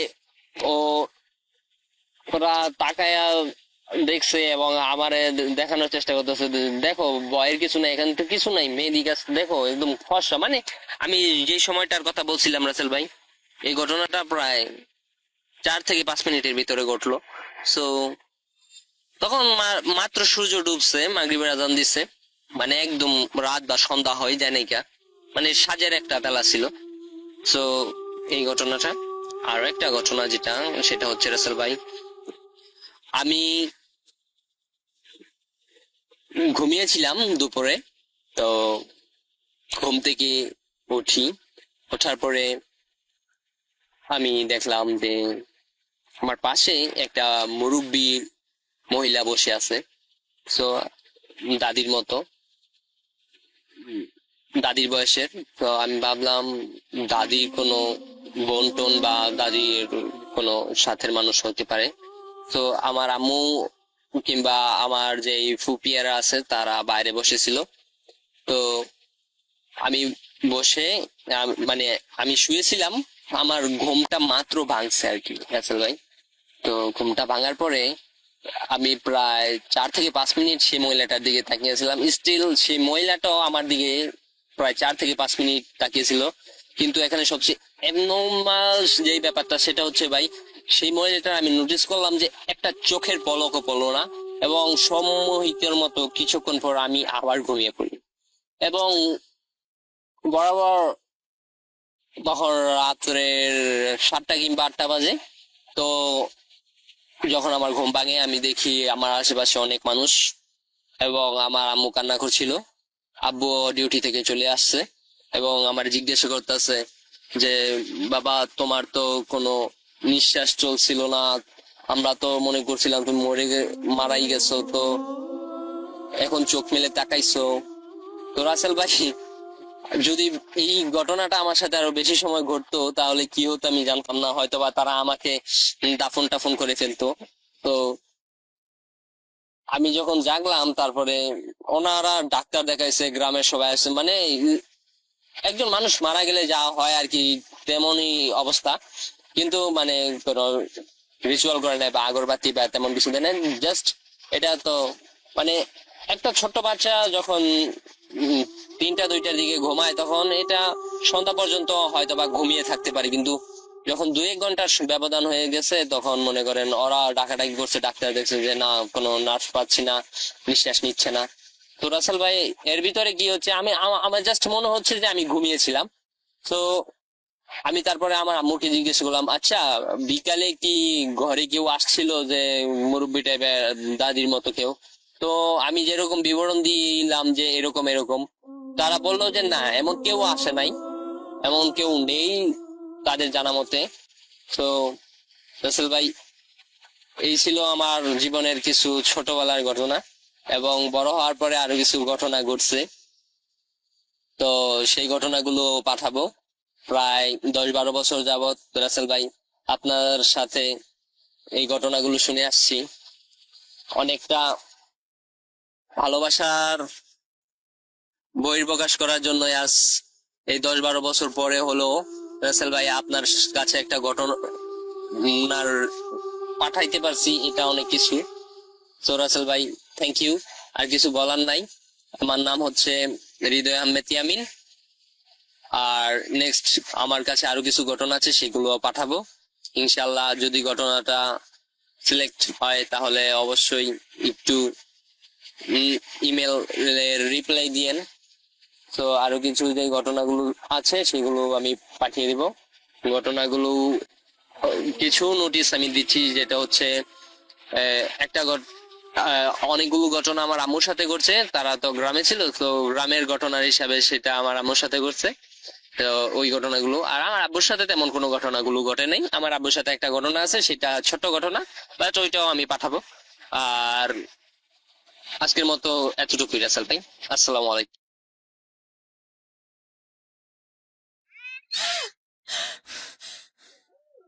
আজ আবার শুনতে পাচ্ছেন শব্দটা? ভয়ের আরেক নাম ভূত.com with Russell.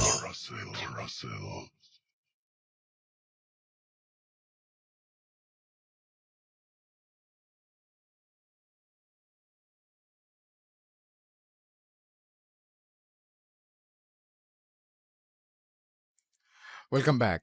আর সময় বেশি নেব না, কারণ অনেকে খেলার মধ্যে ঢুকে পড়েছেন। আমরা আমাদের শেষ যে স্টোরিটা, সেই স্টোরিটা আজকে শুনিয়ে দেব, এবং তারপরে আপনারা খেলা দেখতে পারবেন মন দিয়ে। চলে যাচ্ছি আমাদের পরবর্তী ঘটনায়, সাথেই থাকুন। কেন কেন তুমি আসো? আমি শুধু তোমার সাথেই থাকতে চাই। তুমি চলে যাও, চলে যাও, প্লিজ চলে যাও। .com with Russell.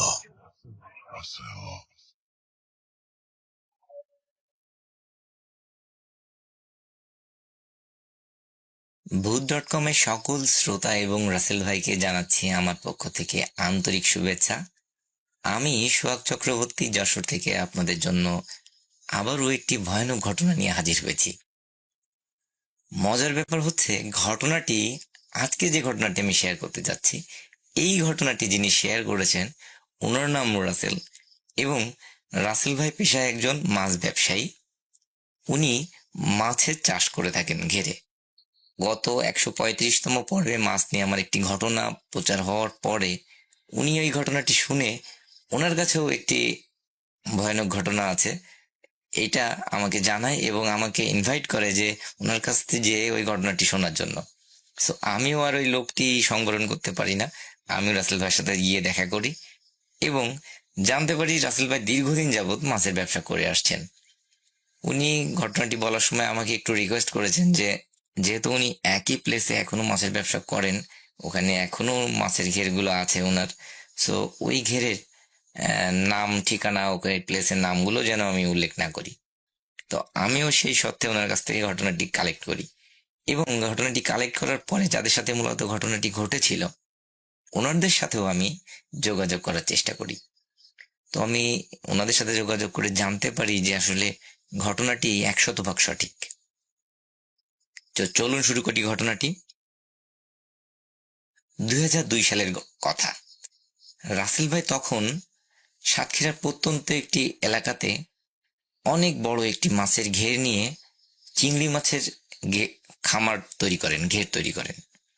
সো আপনারা যা হয়তো অনেকেই জানবেন যে চিংড়ি মাছ কিন্তু একটু বড় হয়ে গেলে ঘের থেকে উপরে চলে আসে, হাত দিয়ে ধরা যায়, চুরি হয়ে যাওয়ার প্রবণতাটা বেশি থাকে। এই কারণে রাসেল ভাই কিন্তু একটা টাইট সিকিউরিটি অ্যারেঞ্জমেন্ট করেন ওখানে, যে আসলে ঘের থেকে যদি মাছ চুরি হয়ে যায় ওনার তো অনেক লস হয়ে যাবে, চিংড়ি মাছের অনেক দাম হয়। সো উনি ওখানে একটা টাইট পাহারার ব্যবস্থা করেন। এই পাহারার কাজে নিয়োজিত ছিল একই পরিবারের 3 ভাই। ঘটনার ভিকটিম কিন্তু এই 3 ভাই। হঠাৎ 1-2 বছর 3 বছর পর রাসেল ভাই প্রথম প্রথম খুব ভালোই লাভে ছিলেন, কিন্তু 2-3 বছর পর উনি লক্ষ্য করতে থাকেন মাছের উৎপাদনও ওই ঘেরটা থেকে অনেক কম হচ্ছে। যেহেতু এই 2-3 বছরে উনি ভালো একটা এক্সপিরিয়েন্স তৈরি করে ফেলেছেন, উনি জানেন যে কিভাবে পরিচর্যা করতে হয়, কিভাবে খাবার দিতে হয়, কেমন মাছ আসতে পারে, এটার একটা আইডিয়া থাকে ওনার ভালো। কিন্তু উনি খেয়াল করেন যে আসলে ওই ঘেরটা থেকে মাছের উৎপাদন অনেক কম হচ্ছে। তখন উনি ওই 3 ভাইকে অনেক বেশি প্রেশার দেওয়া শুরু করেন যে আসলে তোমরা নিশ্চিত ডিউটি দিচ্ছ না ঠিকভাবে, যার ফলে মাছ চুরি হয়ে যাচ্ছে, না হলে তো মাছ কম হওয়ার কোনো সম্ভাবনা নাই।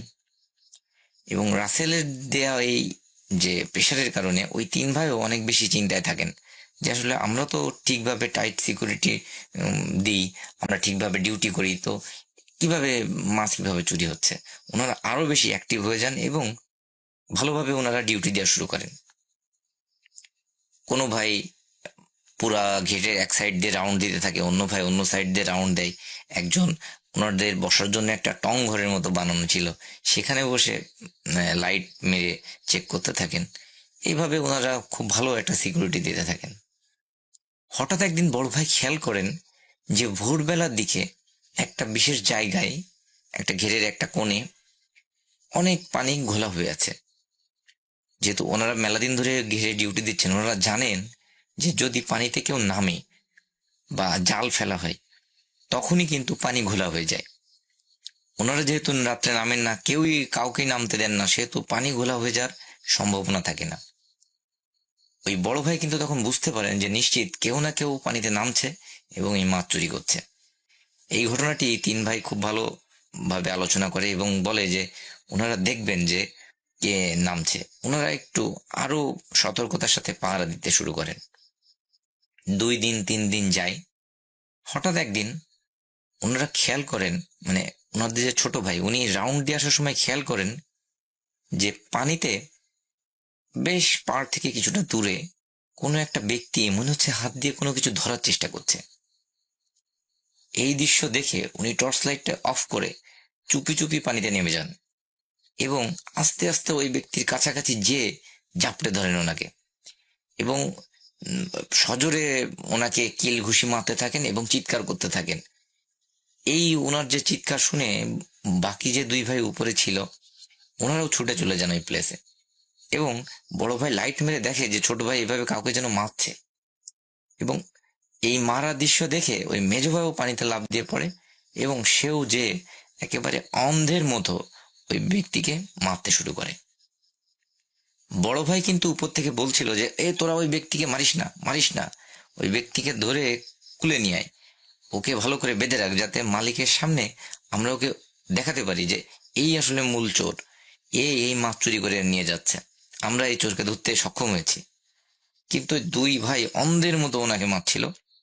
মারতে মারতে মেজো ভাই একটু কষ্ট হয়ে যায়, সে পাড়ে চলে আসে। এবং যেই মেজো ভাই পাড়ে চলে আসে, ওনারা লক্ষ্য করেন যে পানিতে যদি কোনো কিছুকে বেঁধে হঠাৎ টান দিয়ে পানির নিচে নিয়ে চলে যাওয়া যায়, যে কোনো কিছুকে যেভাবে খুব ফোর্সে পানির ভিতরে চলে যাবে, ওইভাবে ওই ছোট ভাইকে ওই ব্যক্তি টান দিয়ে পানির নিচে নিয়ে চলে যায়। এখানে বলে রাখা ভালো রাসেল ভাই, ওই ঘেরের গভীরতা কিন্তু অনেক বেশি না। যদি ওই ছোট ভাই সোজা হয়ে দাঁড়িয়েও থাকে, তাও কিন্তু ওনার বুক পর্যন্ত সর্বোচ্চ পানি হতে পারে। সেহেতু কোনোভাবেই ওনার কিন্তু ওখানে ডুবে যাওয়ার সম্ভাবনা নাই বলতে গেলে চলে। এবং ওই ছোট ভাই ডুবে যাওয়ার পরে ওনারা খেয়াল করেন যে পানির নিচ থেকে, আপনারা হয়তো দেখে থাকবেন যে গ্যাস যদি পানির নিচ থেকে উঠতে থাকে, যেভাবে বুদবুদ হতে থাকে, একটা বড় এরিয়া নিয়ে ওই রকম বুদবুদ উঠতে থাকে। এই দৃশ্য দেখে বড় ভাই এবং ছোট ভাই দুইজন, মানে মেজো ভাই দুইজনই লাফ দিয়ে পড়েন ওখানে, যে ওনারা ওই ছোট ভাইকে খুঁজতে থাকেন। কিন্তু আশ্চর্যজনক ব্যাপার, ওনারা কোনোভাবেই ছোট ভাইকে ওখানে খুঁজে পান না। এরপরে ওনার পানি থেকে উঠে এসে পুরো ঘেরের এরিয়াটি লাইট নিয়ে ছোট ভাইকে খুঁজতে থাকেন এবং চিৎকার দিলে আশপাশের যে ঘেরের লোকজন যারা ডিউটিতে থাকেন, ওনারাও এসে ওনাদের সাথে খুঁজতে থাকেন। কিন্তু আশ্চর্যজনকভাবে সেই ভোরবেলার আগ পর্যন্ত ওনারা ওই ছোট ভাইকে পান না খুঁজে। এক পর্যায়ে ভোরের যখন আলো ফুটবে, ওই সময় ওনারা খেয়াল করেন ঠিক সেম ওই প্লেসে, ওই একই জায়গায় পানির নিচ থেকে আবারও ওইরকম বুদবুদ উঠতে শুরু করেছে। এবং কেউ যেন ওনার ছোট ভাইকে একদম একটা ধাক্কা দিয়ে পানির উপরে ভাসিয়ে দিয়েছে। ওনারা লাফ দিয়ে পড়ে পানি থেকে ছোট ভাইকে উপরে তোলেন এবং ততক্ষণে ওনারা দেখেন যে আসলে অনেক দেরি হয়ে গেছে, ভাই আর বেঁচে নেই। ওনারা হতভম্ব হয়ে যান যে আসলে কি হলো, এটা তো কোনোভাবে হওয়ার কথা না। এরপরে ওনার মা বাবা ওখানে চলে এসে কান্নাকাটি করতে থাকেন। সবাই খুবই অবাক হয়ে যায় যে কি হয়েছে ব্যাপারটি। কি আর করা, ছোট ভাইকে দাফন কাফন করানো হয় ভালোভাবে। এরপর থেকে ওনাদের সাথে বেশ কিছুদিন আর কোনো ঘটনা ঘটে না। ওনার যে মেজো ভাই, এরপরে একদিন উনি বাজার করে বাড়ি ফিরছিলেন 7:30 8টার সময়, সন্ধ্যা মানে রাত 7:30 8টা। সো ওনাদের বাড়ি আসতে কিছুটা আগে একটা বড় নারকেল গাছ এবং তারপরে একটা বড় গাব গাছ আছে। গাবের ফল আমরা জানি যে গাব যখন পেকে যায়, লাল লাল হয়ে যায়, তখন যদি কারোর গায়ে বা কোনো কিছুতে ছুঁড়ে মারা হয়, তখন সেটা ফেটে যাবে, নরম টাইপের হয়ে যায়। তো ওই মেজো ভাই যখন বাজার করে নিয়ে ওই গাছের নিচ দিয়ে আসছিল, তখন উনি খেয়াল করেন যে ওনার সামনে, ওনার পিছে, এমনকি এক পর্যায়ে ওনার মাথায় গায়ে কেউ যেন গাব ছুঁড়ে মারছে।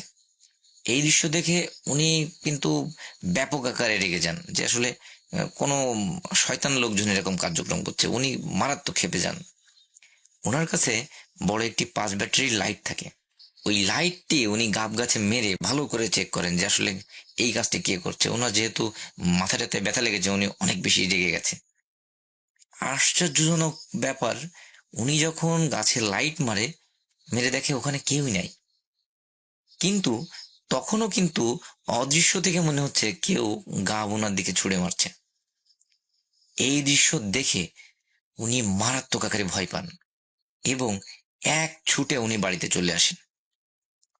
বাড়িতে আসার পরে উনি কিন্তু ওনার বড় ভাইয়ের সাথে বা ওনার বাবা মার সাথে এই কথাগুলো উনি শেয়ার করেন না।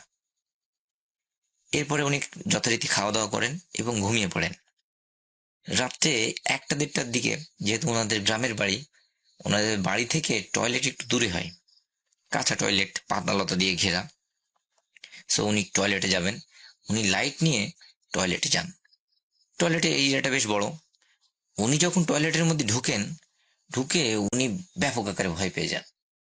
উনি দেখেন যে ঠিক ওনারা যে রকম লোককে ওই ঘেরের মধ্যে মেরেছিল, সেম ওইরকম টাইপের একজন লোক ওখানে দাঁড়িয়ে। তার গায়ে মনে হচ্ছে একটা কালো চাদর দেয়া। যেই উনি টয়লেটের মধ্যে ঢোকেন এবং ওই লোকটি ওই চাদর ওনার গায়ের উপরে ফেলে প্রচন্ড মারা শুরু করেন ওনাকে, এবং ওনাকে তুলে তুলে মাটিতে আছাড় দিতে থাকেন।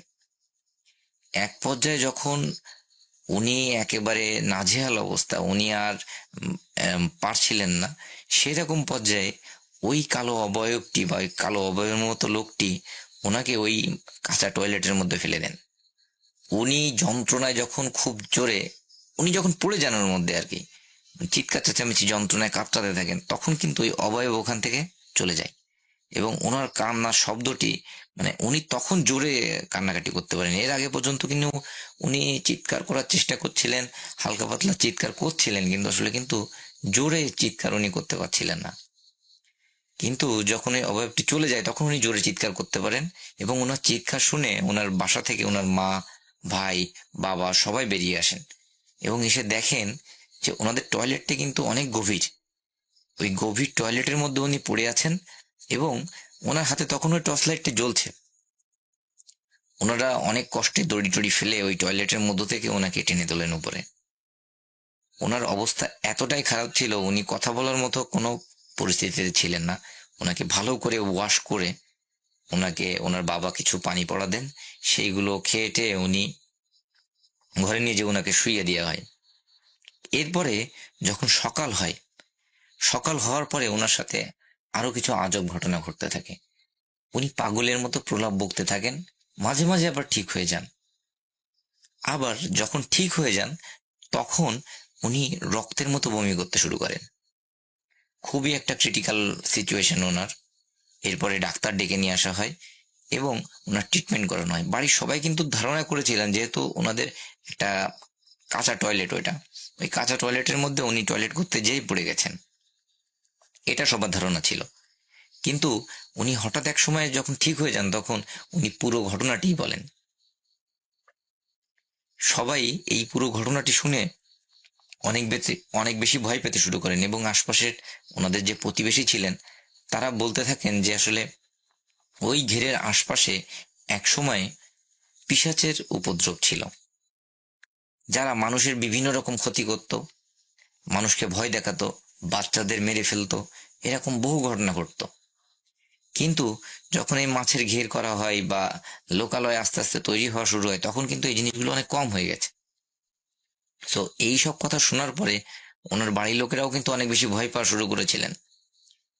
ওনারা একটা কবিরাজকে ডেকে আনেন এবং ওই কবিরাজকে ডেকে এনে কিছু পানি পড়া টড়া তাৎক্ষণিকভাবে দেন। কিন্তু আশ্চর্যজনকভাবে ওই মেজ ভাই সন্ধ্যা 6টা পর্যন্ত বেঁচে ছিলেন। এরপরে হঠাৎ করে উনি রক্ত বমি করতে করতেই মারা যান। বাড়িতে একটা শোকের মাতম তৈরি হয়ে যায়, সবাই অনেক বেশি কষ্ট পান, অনেক ভয়ের একটা পরিবেশও হয়ে যায় সাথে সাথে। এরপরে ওই মেজো ভাইকে দাফন কাফন করে দেওয়া হয়। মেজো ভাইকে দাফন কাফন করে দেওয়ার পরে বড় ভাইয়ের ভিতরে কিন্তু একটা আতঙ্ক তৈরি হয়ে যায়। তিনি আর ওই মাছের ঘেরের ওই যে পাহারা দেওয়ার যে কাজ, ওটি আর করতে যান না। উনি পার্শ্ববর্তী গ্রাম থেকে একটা ভালো কবিরাজ দেখিয়ে সেখান থেকে তাবিজ টাবিজ অনেক কিছু নিয়ে আসেন এবং উনি ওই বাড়ির যে ওনাদের জমি ছিল সেইগুলো চাষবাস করতে থাকেন। উনি আর ওই পেশায় ফিরে যান না। দীর্ঘ 1-1.5 মাস 2 মাস পার হয়ে যায়, ওনাদের সাথে আর কোনো ঘটনা ঘটে না। হঠাৎ একদিন ওই বড় ভাইয়ের যে স্ত্রী, উনি রাত্রে 11টা-12টার দিকে বাইরে বাথরুম করতে আসবেন। যেহেতু ওনাদের গ্রামে বাড়ি, ওনাদের এমনিতেই অনেক সাহস ছিল, উনি একটা হেরিকান জ্বালিয়ে বাইরে চলে আসেন এবং বাথরুম করতে থাকেন। বাথরুম করে উনি যখন ফিরছেন তখন উনি খেয়াল করেন ঘরের ভিতরে যেন সাদা, আমরা যখন দেখবেন যে কোথাও কোনো শিল্পীরা স্টেজে পারফর্ম করছে তখন যেমন সাদা ধোঁয়া দেওয়া হয়, ওই টাইপের একটা সাদা ধোঁয়া, কিন্তু ওই ধোঁয়াগুলো তো চারিদিকে ছড়িয়ে পড়ে। এই ধোঁয়া কিন্তু ওইভাবে ছড়িয়ে পড়ছে না, একটা নির্দিষ্ট শেপের মতো, পাতলা একটা নির্দিষ্ট শেপের মতো। সে একদম সুন্দর করে দরজার যে ফাঁকা ওইটা দিয়ে ঘরের মধ্যে চলে যাচ্ছে। এই দৃশ্য দেখে উনি অনেক বেশি ভয় পান এবং মনে করেন যে ওনার স্বামীর হয়তো কোনো বড় ক্ষতি হয়ে যেতে পারে। উনি ছুটে এসে ধাক্কা দিয়ে দরজা খুলে ফেলেন, কিন্তু দেখে ঘরের ভিতরে আসলে কিছুই নাই, কোনো সমস্যা নাই। উনি হেরিকেনটা বেডের পাশে নিয়ে যে দেখেন যে ওনার স্বামী শুয়ে আছে ঘরের মধ্যে কিছুই নাই, কোনো রকম খারাপ কোনো পরিবেশ না। উনি বেডের পাশে হ্যারিকেনটি জ্বালিয়ে রেখে উনি শুয়ে পড়েন পাশে। উনি কত সময় ঘুমিয়েছেন ঠিক জানেন না। হঠাৎ ওনার ঘুম ভেঙে যায় যে ঘরের বাইরে মনে হচ্ছে খুব দাপাদাপি শব্দ হচ্ছে, মনে হচ্ছে কোনো ব্যক্তি প্রচুর প্রহর করছে, ধরে ধরে তুলে তুলে আছাড় মারছে। যেহেতু ওনাদের মাটির বাড়ি, ওনারা ওই ভাইব্রেশনটা ফিল করতে পারছিলেন বেডের উপর থেকে। ওনার মনে যেহেতু একটা আতঙ্ক কাজ করছিল, উনি আর কোনো কিছু খেয়াল না করেই দরজা খুলে বাইরে চলে যান। এবং বাইরে চলে যেয়ে একটা দৃশ্য দেখে উনি আতঙ্কে চিৎকার দিয়ে উঠে সেন্সলেস হয়ে যান। ওনার চিৎকার শুনে ওনার মা বাবা, যারা আর কি বড় ভাইয়ের মা বাবা ছিল, তারাও চলে আসেন। তারাও ওই অদ্ভুত দৃশ্যটি এসে সবার সামনে দেখতে পান। ওনারা দেখেন যে কালো একটি অবয়ব, যার কোনো হাত নাই, পা নাই, চোখ নাই, মুখ নাই, কিচ্ছু নাই, সে ওই বড় ভাইকে তুলছে, আছাড় মারছে এবং হাত ধরে এক মাথা থেকে উঠানের অন্য মাথা টেনে নিয়ে যাচ্ছে, আবার অন্য মাথায় চেলে ফেলে দেওয়ার মতো দিচ্ছে। এই দৃশ্য দেখে ওনারা আরো জোরে চিৎকার করেন এবং ওনাদের চিৎকার শুনে ওনাদের প্রতিবেশীর 2-1 বাড়ি থেকে লোকজন হারিকেন নিয়ে চলে আসে ওদের বাড়িতে। যেই ওই সবাই চলে আসে আলো নিয়ে, তখন ওই অবয়ব আর ওখানে থাকে না, তখন সে চলে যায় ওখান থেকে। এরপরে ওই বড় ভাইকে ওখান থেকে উদ্ধার করা হয়, ওনাকে ঘরে নিয়ে এসে ভালো করে পরিষ্কার পরিচ্ছন্ন করে আবার বেডে শুইয়ে দেওয়া হয়। কিন্তু ওনার মুখ ডান দিকে বাঁকা হয়ে যায় এবং উনি ডান হাতে আর কোনো সেন্স থাকে না, উনি প্যারালাইজড মতো হয়ে যান ডান হাত। এরপরে ওনারা আবার কবিরাজকে ডেকে নিয়ে আসেন এবং এক ডাক্তারকে নিয়ে আসেন। বড় ভাইয়ের ট্রিটমেন্ট চলে, কবিরাজও ট্রিটমেন্ট করতে থাকেন, কিন্তু ওনার প্রোগ্রেসটা খুব স্লো ভাবে হয়। কবিরাজ অনেক কিছু শুনে, সকলের কথাবার্তা শুনে ওনাদের বাড়ি পরপর 3 দিন আসেন এবং ওই কবিরাজ সাথে করে একজন মৌলানাকে নিয়ে আসেন, যিনি 3য় দিন এসে ওনাদের বাড়ির চারিপাশে বোতলের মধ্যে কিছু একটা লিখে ভরে বাড়ির চারিপাশে পুঁতে দিয়ে যান। এরপর থেকে ওনাদের দ্বৈত ট্রিটমেন্টে উনি আস্তে আস্তে সুস্থ হতে থাকেন। কিন্তু সুস্থ হলেও উনি কিন্তু ওই এক পাশে খুঁড়িয়ে হাঁটেন, একটা হাত প্যারালাইজ থাকে এবং মুখ এক সাইডে বাঁকা হয়ে থাকে। উনি যখন একটু সুস্থ হয়ে যান, তখন সবাইকে ওই রাতের ঘটনাটি বর্ণনা করেন। উনি বলেন যে উনি হঠাৎ ঘরের মধ্যে ঘুমিয়েছিলেন, কোনো প্রবলেম না, হঠাৎ উনি খেয়াল করেন যে ঘরের তাপমাত্রা অনেক ঠান্ডা হয়ে যাচ্ছে, মনে হচ্ছে একটা শীতল বাতাস এসে ওনার গায়ের উপর দিয়ে চলে যাচ্ছে। এক পর্যায়ে এত বেশি ঠান্ডা লাগতে শুরু করে, উনি কাঁথা খোঁজার জন্য উঠে বসেন। উঠে বসে উনি খেয়াল করেন যে ওনার সামনে বড় একটা শেপের কোনো মানুষের মতো কিছু একটা দাঁড়িয়ে আছে, যেটি সাদা, সেটি কিন্তু কালো না, সাদা। এবং সে এক টান দিয়ে হঠাৎ ওই বড় ভাইকে রুমের বাইরে নিয়ে যায় এবং বাইরে নিয়ে গিয়ে ওনাকে প্রচন্ড প্রহার করা শুরু করেন, ওনাকে ধরে মাটিতে আছাড় মারেন। উনি যখন আর পেরে উঠছিলেন না, ওনার গায়ে যখন আর বল ছিল না প্রতিহত করেন, তখন উনি শুনতে পান যে তোরা আমার ভাইকে মেরেছিস, আমার ভাইকে আহত করেছিস, তোদের কাউকে আমরা আর বাঁচিয়ে রাখবো না। এইটুকু উনি সর্বোচ্চ শুনতে পান। এরপরে উনি সেন্সলেস হয়ে যান। এই কথা শোনার পরে কবিরাজরা ওনাকে অনেক তাবিজ দেন, ওনাকে অনেক পারনি পড়া দেন, বাড়িগুলো বন্ধ করে দেন এবং ওনার সাথে একটা লাল কাপড়ের মধ্যে কিছু জিনিস লিখে ওনাকে বলেন যে ওনার মাজায় হোক বা গলায় হোক বা যে কোনো জায়গায় এই জিনিসটা লাল কাপড়ে এইভাবেই রাখার জন্য। যতদিন উনি এটা ঠিকভাবে রাখতে পারবেন, আশা করা যায় ওনার কোনো সমস্যা হবে না। ওই বড় ভাই রাসেল ভাই এখনো বেঁচে আছে। ওর পর থেকে ছোটখাটো সমস্যা হলেও বড় তেমন কোনো সমস্যা হয়নি, কিন্তু উনি অতটা সুস্থভাবে আর চলাফেরা করতে পারেন না। উনি উপার্জনক্ষম অবস্থায়ও আর তেমন একটা নাই। উনি যখন ঘটনাটি আমার সাথে শেয়ার করছিলেন, উনি অধরে কাঁদছিলেন যে উনি ওই ঘেরের ডিউটি দিতে যে 2 ভাইকে হারিয়েছেন, ওনার জীবনটা এত কঠিন হয়ে গেছে। সো এটি ছিল আমার ঘটনা রাসেল ভাই। যদি ঘটনাটি আপনাদের ভালো লেগে থাকে, তাদের উদ্দেশ্যে ঘটনাটি শেয়ার করবেন এবং সবাই ভালো থাকবেন।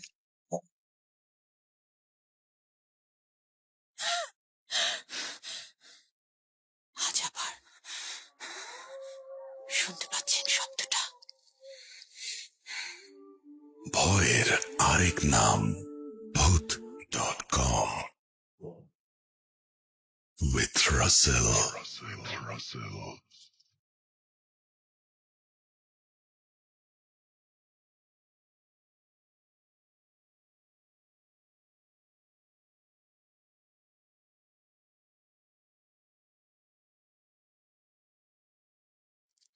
হ্যালো, তো এই ছিল আমাদের আজকের ভূত.com, এবং আমরা খেলার জন্য একটু ছোট করেছি আমাদের এখনকার এপিসোডগুলো। কিছুটা মানে 20 মিনিটের মতো ছোট করে ফেলেছি। থ্যাংক ইউ ভেরি মাচ আমাদের সঙ্গে থাকার জন্য। আশা করছি আপনারা সবাই ভালো থাকবেন। একটা সপ্তাহ জুড়ে আমরা আবারও ফিরে আসবো ইনশাল্লাহ আগামী সপ্তাহে। সেই পর্যন্ত সবাই ভালো থাকুন, সুস্থ থাকুন, মোস্ট ইম্পর্টেন্টলি ভূত.com এর সাথে থাকুন। আল্লাহ হাফেজ।